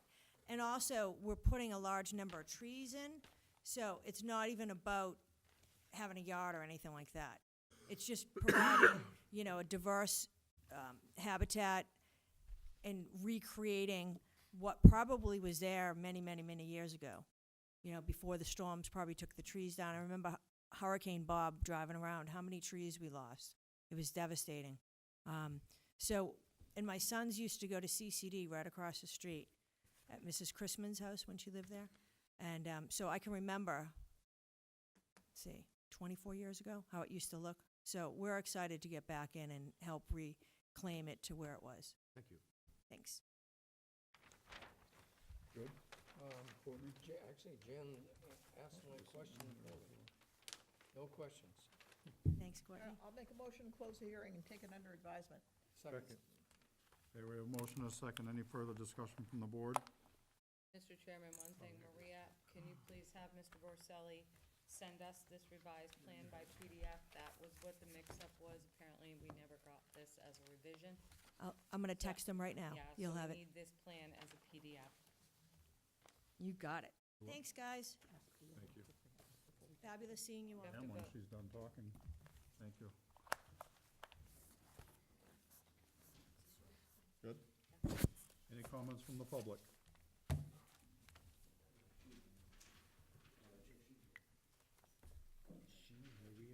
Yes, I call. Mike Leader, I live on Gunning Point. I had an opportunity to look at the previous hearing, and I obviously followed this one. I was left with some questions. I thought it was sort of very glossed over, this whole question of this path and the vista pruning. As you saw from the plans, I would think both of those activities would require an NOI, and they're being done in a parcel not owned by the applicant. They have permission. They may have permission, but how normally you'd have a filing that came in from the applicant also, because it's two parcels, you have to have an order of condition. They're doing the work on two separate parcels, I would think. That's the way I've always understood it. They have permission to, they have an easement for the Connolly's property, Yep, for the path. and the vista pruning. Oh, I see what you're saying, Michael, that the order of conditions needs to be recorded on both properties. We can do a path and that portion of the vista pruning under an RDA. We usually do vista prunings under an RDA, so we wouldn't, I don't think it would be necessary to have an order of conditions for the Connolly's property regarding the path and the vista prune. Okay, so my concern is for people who know Gunning Point, we've had a lot of work there, there's been a lot of loss of vegetation on that pond side there. Mhm. And I'm just concerned, there was no clear statement of how much vista pruning is going to be done. There's already been a lot of loss of vegetation there. That house had no visibility of the pond previously, so now for some reason it has it. So how are we going to keep it within reason? The other concern I had is that the applicant, again tonight and previously, commented their client has no interest in going to the pond, and they weren't going to know nowhere near it. Yet, if you look at their easement, and I have to leave the mic, it calls for a beach landing area and all other things, so I'll give you that. You actually have to say what you want to say into the mic. Right, so the applicant why did the applicant request an easement for a beach landing area when they've claimed they have no interest in going to the pond and they won't stop there? Again, order of conditions, I think you just need to be clear where that path has to stop. Well, the order of conditions is gonna stop at the property line. If they want to extend the vista pruning onto the Connolly's property with the path, it's gonna have to be done under an RDA. Okay, so you're not granting them any permission here to do anything on that other property? They've requested it, but there's two ways to handle this. We can Right. either record this order of conditions on the Connolly's property, which they're probably not going to agree to, Right. or they'll have to come back and we'll have to line up an RDA corridor and path for the vista pruning, which we routinely permit vista pruning projects under an RDA. Okay, the only, And that they follow our guidelines, which are fairly specific in the regulations. And before that happens, they meet with staff and we go through what limbs and what's gonna be done and everything like that. We do before pictures, we take after pictures. Now, once we go, so we do try to manage the vista right. pruning. So I'm okay? fine with that, Yep. we're on the same page. They Okay. don't have permission to do work with this permit on the Connolly properties. That's, Not unless they record this order of conditions on the Connolly Right. property. so the other point, again, to be clear, they've said they don't need to go to the pond. I don't quite know why then the applicant wanted an easement going to the pond and creating a beach area. Just on the record, there's an inconsistency there, because I know the applicant's. That's a private easement between two individuals. They have not asked us for a beach landing, therefore, I personally don't care what it says in the easement. If it's not on the plan, it's not on the plan, it's not approved, then there's no beach landing. Okay, but the concern was of the commission last time that, that pond is owned by the 300 committee. There was a lot of work to do that. Okay, so those are the points. The other thing, I'm a little concerned about the work proposed there. So first of all, anyone driving there knows there is no vision hazard. I mean, there's a lot made about the hazard about there. So I'm a little concerned what's happening to some of the older growth, bigger trees. I couldn't see them retained. I think some of them are in the town, probably in the town road layout there on the corner there. And this wetland, I think it's probably a vernal pool. How is it going to be impacted by taking away and all the canopy cover and all that kind of stuff?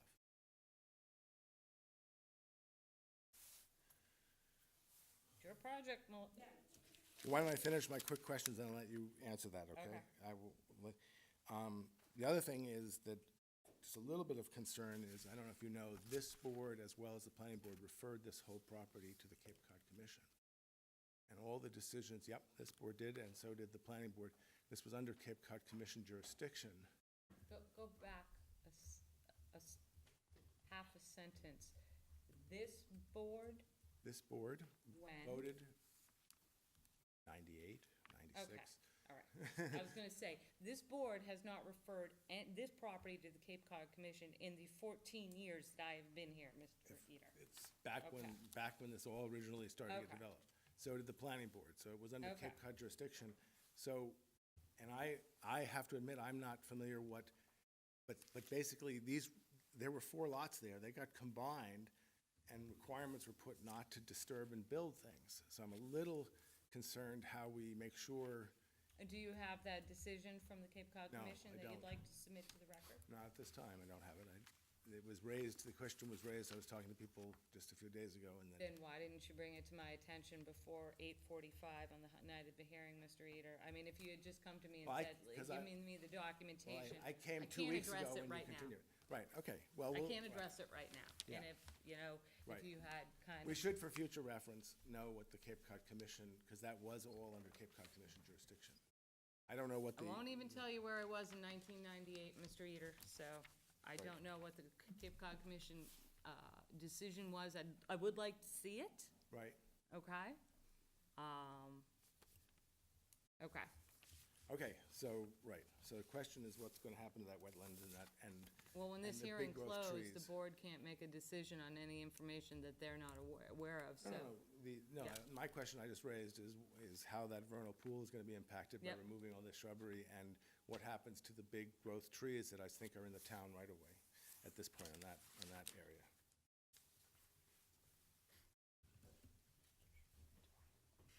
Maria Hickey and Associates Landscapes, to answer his questions and concerns in order. First of all, there has been no request or anything indicated on a plan that our client, Ms. Linville, is requesting a beach landing. That's not even in a conversation that's ever happened since I've known her. The Connollys and my client actually have a legal written document granting us, you have it. The ability to go on the path.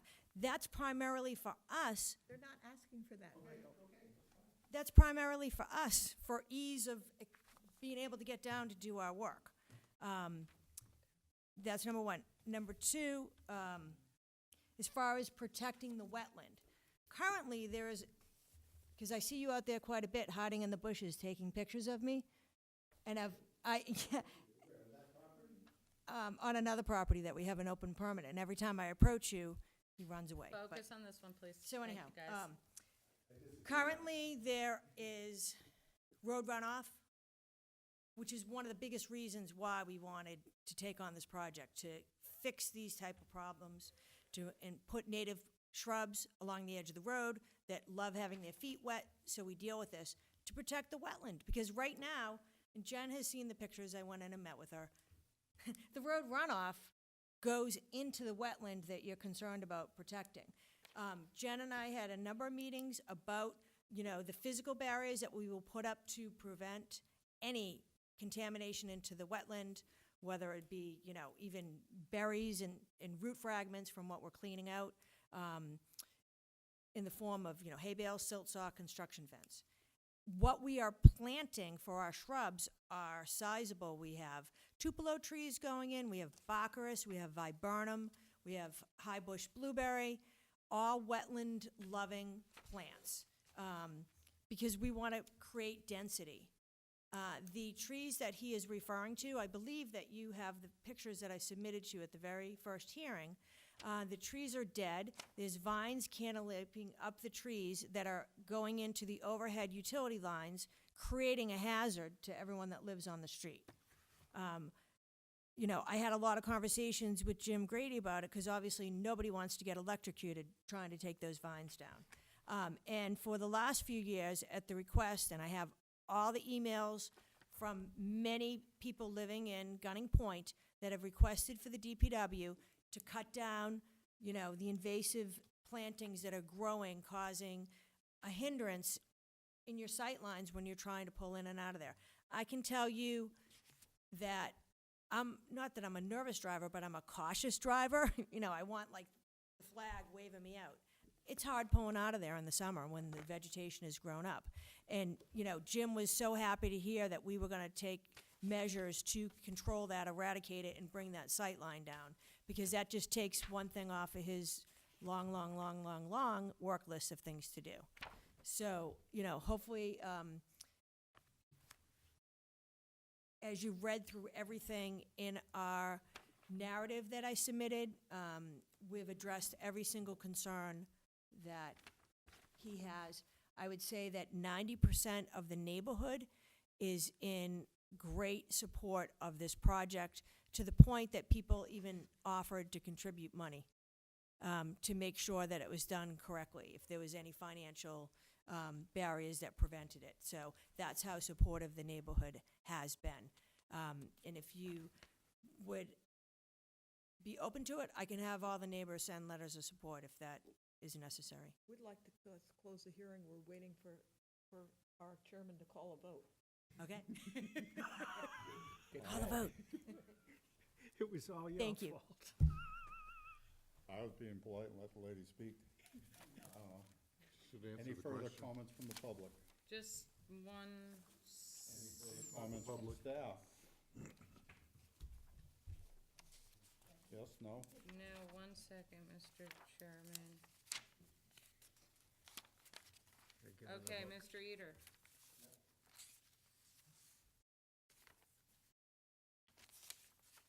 The reason we didn't see the beach easement for beach area is because that plan was not included in the notice of intent. So thank you for that. I appreciate that.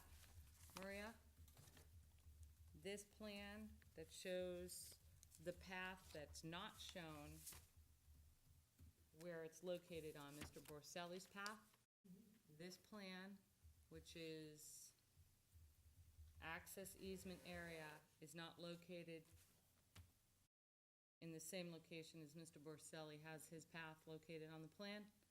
So that has to be remedied before we're gonna allow that. So this easement plan needs to match this, okay? All right, and then it does say beach access area on this, and that is not going to be allowed. There's going to be no clearing of that wetland, no beach access, no anything. Am I making myself clear?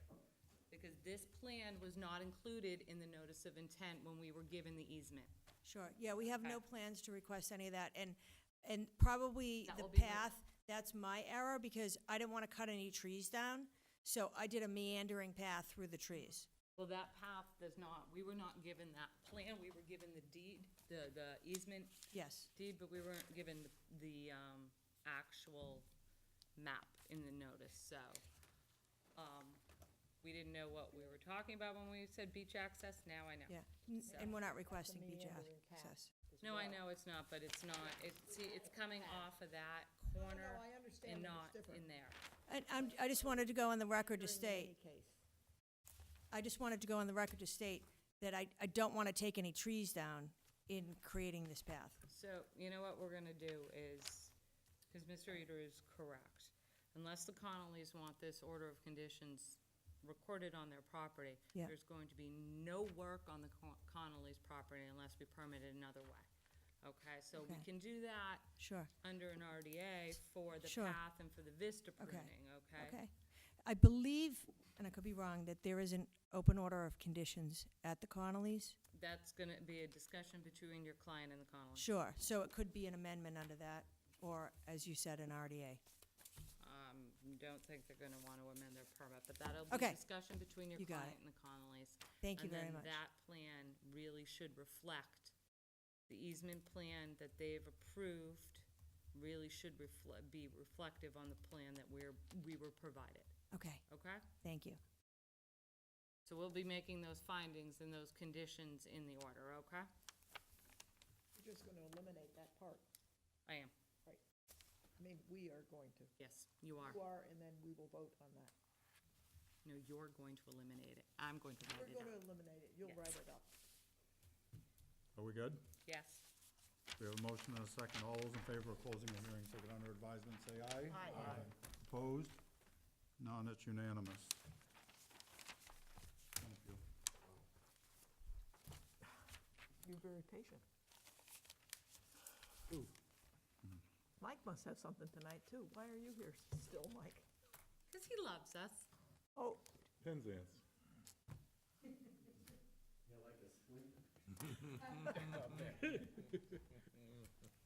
Request to amend the order of conditions. Gregory and Michelle Kozik, 25 Moonpenny Lane, East Falmouth, Mass., for permission to amend order of conditions number 25-4368 to include vista pruning according to Falmouth Wetland Regulations 10.18, 10B.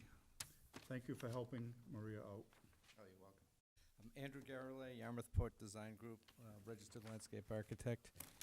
As you probably recall, about exactly a year ago, pretty much, I was before you with the, along with BSS Design, notice of intent for the raising and replacing of the house at this property. And at that time, I think we had a discussion about coming back later on and amending the order for the vista pruning to give them a chance to have the house actually being on the ground and looking out the windows and everything. So I was out there recently with Brendan Lynch, and we took a look around, and this is the new house that, obviously the new house here. And I'm showing, this is the mitigation that was proposed in the notice of intent. I kept it on here so that you can have a good idea of what's happening on the site. Part of it too is there's a number of saplings that we're preserving that are flagged, and they're gonna continue to grow. And then, there's really nothing well,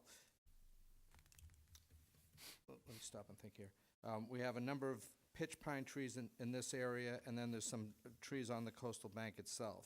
All the work that we're doing for mitigation and everything is upward of the coastal bank. So the vista pruning that we're looking at is to go from the windows of the house here, and we're gonna use this 25-foot corridor from the southwest property line, 25 feet inward. And what this is gonna consist of is from 5 feet above the ground to an additional 15 feet above that. And it's really dead pine tree branches in the pitch pines. There is one pitch pine that's very close to the house. It's a little bit more than 12 feet away. We didn't include that in the notice of intent for removal because at that time, we were trying to just stay with anything within 10 feet of the house. But it's kind of all by itself out there, and it's not in stunning condition. And it seems to pose a hazard to the house in a storm, so I pointed it out to Brendan, and he thought that it probably had more of a detrimental effect on the house if it should come down than it had for habitat quality. I hope I'm not misquoting you on that. So really what we're looking to do is clear out dead pine tree branches, smaller ones in that area to get that view out here. There is a pine tree on the coastal bank that maybe we'll be able to thin a couple branches on that. There's also an oak tree that's, it's not real big because it was probably topped in the past, but it's wide. So maybe a couple branches getting thinned on that. And I believe they're gonna be using Greener Image for their landscape contractor. And I think they have a good reputation with you, if I'm not mistaken, so. And of course, I'll meet with staff to go over this on site Yep. prior to that. Trying to think if there's anything else I need. I think that's, No, my only comment would be that when they want to perform the work, that you, Andrew, Brendan, and whomever it is at Greener Image that's going to be doing the work, there are a couple of different gentlemen that Brendan's familiar with Yep. over there that, you all meet on site and everybody's on the Absolutely. same page. Absolutely, Of yeah. what is allowed and what is not. Okay, yep, absolutely. fine. Courtney, No questions. Kevin, No questions. Betsy, If it's okay with Kevin and, Brendan and Jen, it's okay with me.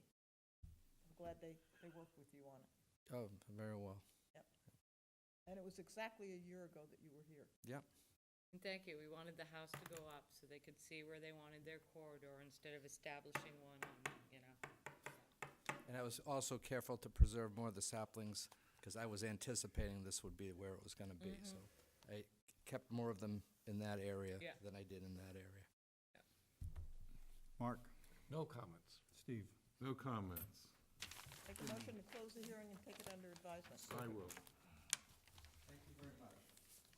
Thank you, Andrew. I heard you, right when I was talking. Sorry. That's okay. We have a motion. Do we have a second? Yep.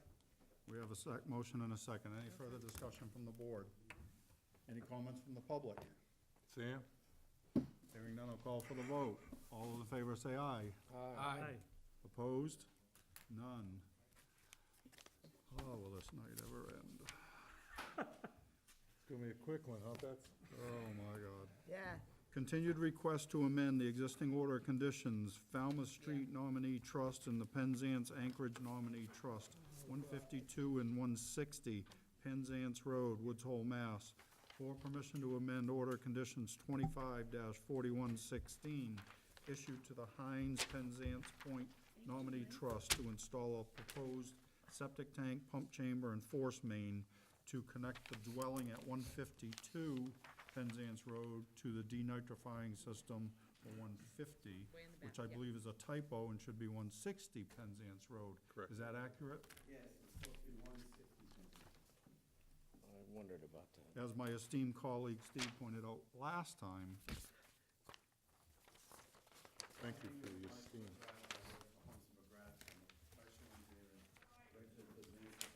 I did. Oh, turn the mic. Stop yelling at Mike. Oh. Seriously, did Mike and Mike. yell from the booth? I'm Oh, sorry. boy. I'll start over. My name's Michael McGrath. I'm a registered engineer and professional landscaper. My firm, Holmes McGrath, filed a request for amendment. This was continued before because when the staff went out there, they were freshly delivered plants. And so what is going on is they have completed planting all the wetland plants. And according to LEC, they believe they've completed planting all the buffer plants. So they've asked me today to stake out a certain area to make sure that every plant is planted that's supposed to be in the upland buffer. So What I would propose that you allow this amendment to go forward once LEC has met with the staff and showed them that all the buffer plants are in, all the wetland plants are in according to LEC. So, as I said, the amendment was the house before was going to be elevated, it's not going to be elevated, and so we have to show a connection between, I'm sorry, I'm pointing at with my thumb. There's going to be a pump station here that's going to basically pump the fluid up into the existing stacked rock here. The Board of Health has approved this application, so it's pretty simple. I understand the Commission's concerned about the planting, but the plantings are essentially done, and LEC at some point will give you a letter saying that all the plants are installed. So I'm happy to answer any questions you might have concerning this application. We're fine with that, condition it, that this doesn't get done until the plants are done.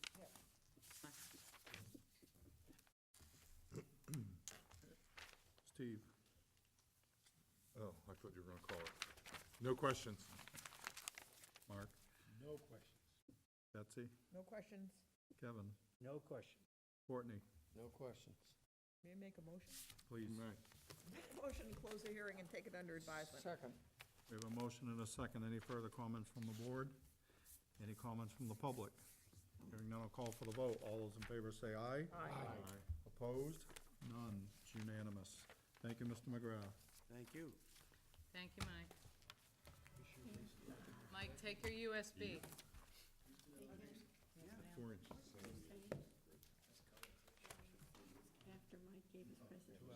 Next up, request to extend the order of conditions, Harborway Corporation, 334 Scranton Ave, Falmouth, Mass. For permission to extend DEP number 25-4199 by 1 year.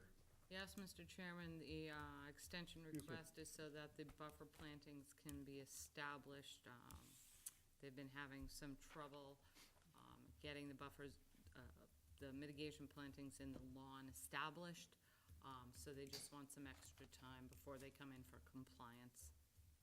All the work, they're in, the work's been done, we're just trying to get them to survive. Make a motion to allow this extension. Second. Okay, we have a motion and a second. Any discussion from the board? Any comments from the public? Okay. Call for the vote. All those in favor of the one-year extension, say aye. Aye. Opposed? It's unanimous. Vote order conditions. I believe so, Susan. First up, Peter and Diane Worth, 88 Gardner Road, Woods Hole, Falmouth, Mass. Woods Hole, Falmouth. That's the one in Woods Hole with the little wetland and the kayak rack and the Big wall. stone and the wall. Hang on, I'm gonna pull that out. But they addressed everything we, It's this one, yes. And they wanted the pavers, so I think that one of the biggest questions the board, I have for the board is, how do you wanna handle the paver area? They had given you this document about how the pavers were gonna be installed, and I know that we've seen some that haven't quite worked out the way that they should have. And we've seen some really large areas, so the staff is having some concerns with these areas not being mitigated for, so, which is why I asked for the cross-section on how it was going to be installed and what they were going to be. So, we just need to know how the board feels comfort-wise, whether or not you want that area to be mitigated for or not. I think, Courtney, you had some comments at the last hearing that you were comfortable with the proposal as is. But that's one of the staff's questions for the board on this order. So the question really is, Question, guys. so we're saying that should be mitigated for? That's my question. Do you want it to be mitigated for or not? Or are you comfortable with the proposal that it will be truly That's a considered impervious, reinforced no? turf lawn? I mean pervious. Yeah. Yeah. And so basically, in your regulations, you do require people to mitigate for a pervious surface that does not support natural vegetation. We have, over time, seen some of these areas that are truly reinforced turf, they work really well. We've seen others that are just completely, almost at Well, they this turn into point, like concrete. impervious. Well, I mean, the way it's proposed, as long as it's installed the way it's proposed, Okay. I don't see an issue with it myself. I mean, Okay, I mean, and we can always Fine. revisit it at compliance time if it's Right, not okay, functioning the exactly, way it okay. is. Okay, because there are a lot of different ways that we've been seeing these installed, and some are a little bit more turf than others, so. Okay, This is more of a system than some of the others, where the others are, you know, a product or a purpose, where this is more of a system to, okay, yeah, to make it successful, you know? okay. Yeah, And- as long as we've got at least a year, if not longer. Well, your order's good for 3 years before they're gonna come Yeah, for 3 years, compliance. we'll Yeah, and to know. your point, if you can look at it at compliance and Okay, evaluate Yeah, it. Alright. if it's not doing what we want, then Well, So not only that, special but it'll condition tell will us we wouldn't want reevaluate this the- kind again. okay, so a special condition is we'll reevaluate the turf, reinforced turf lawn. At compliance, okay. Other than that, it was pretty I straightforward. think we just want to make clear that it, What was on the plan. we want to verify that it's working as designed. As designed, yep. Okay. What about the kayak rack, Betsy? You had some concerns with where that was? You're fine with that Well, now I- that they're I mean, I didn't, adding a more mitigation over Mitigation, there? yeah. Okay. And I didn't really have a big issue with the little wooden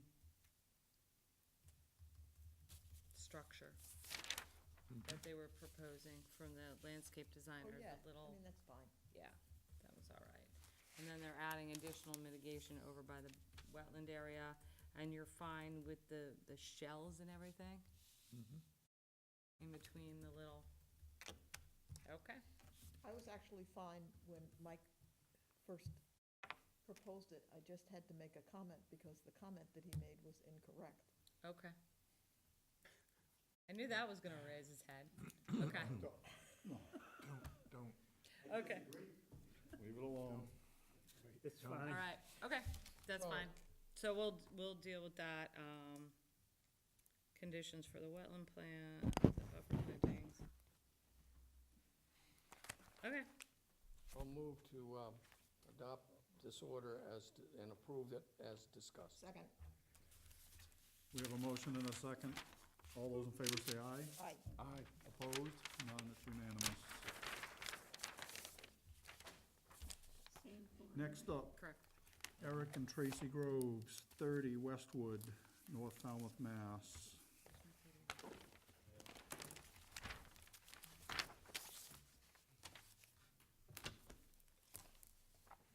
Oh, see, plan.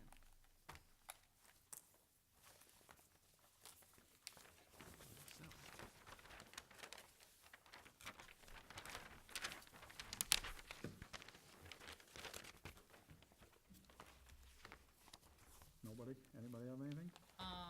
Actually, so the special conditions were stop topping the tree.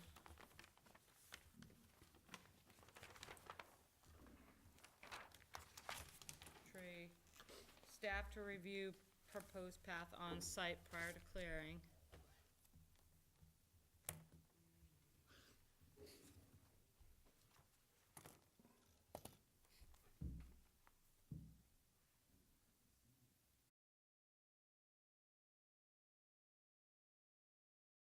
Were they supposed to pick one? View path. They submitted a revised plan. Okay. It's already been submitted, it shows the single rail fence. They did put both view corridors on, because at this time, they are both permitted under an RDA. So she did feel it was appropriate for her client to show both permitted view corridors as they exist until November of this year. So we should make a special condition that any additional vista pruning, it's going to be just one of the corridors. Yeah. Okay. Okay? I don't see it on there. Because she submitted a revised plan, it Don't might have it, be in Mike. your Oh, packet. It should be right in there. It should be in Oh, here. okay, all right. Fine. It's in the records. It's in there, Thank you. signed. Yeah, she dropped it off the other day. I'm good. Make a motion to approve as discussed. Second. We have a motion and a second. Any further discussion? Call for the vote. All those in favor say aye. Aye. Opposed? Unanimous. Before anybody goes for adjourn, Betsy has a comment. Just a quick comment. So, all the fourth graders are visiting the Coonamessett River for a field trip, and they're great. Their teachers prepared them well. Thanks to the Coonamessett River Trust, people from the 300 Committee, and to our distinguished commissioners, Steve and Kevin, who have been helping leading the field trips. And last week, we took P-Ticket second grade and Borndale third grade. And so, all the fourth graders are gonna visit. So it's a lot of fun. The other thing is, on the 9th of June, the Coonamessett River Trust is having a family day at the river. So anybody who'd like to come, or if you know people who'd like to come, the river is, there are lots of fish, there's lots of ospreys catching fish, there's lots of turtles, there's snakes, there's ducks, and there are ducklings. There are lots of exciting things, lots is going out there. Betsy, what's the date? I didn't get it. June 9th. I don't remember. Can I make a Let me motion see to the adjourn? picture. Please. Motion to adjourn. Second. We have a motion and a second. All those in favor say aye.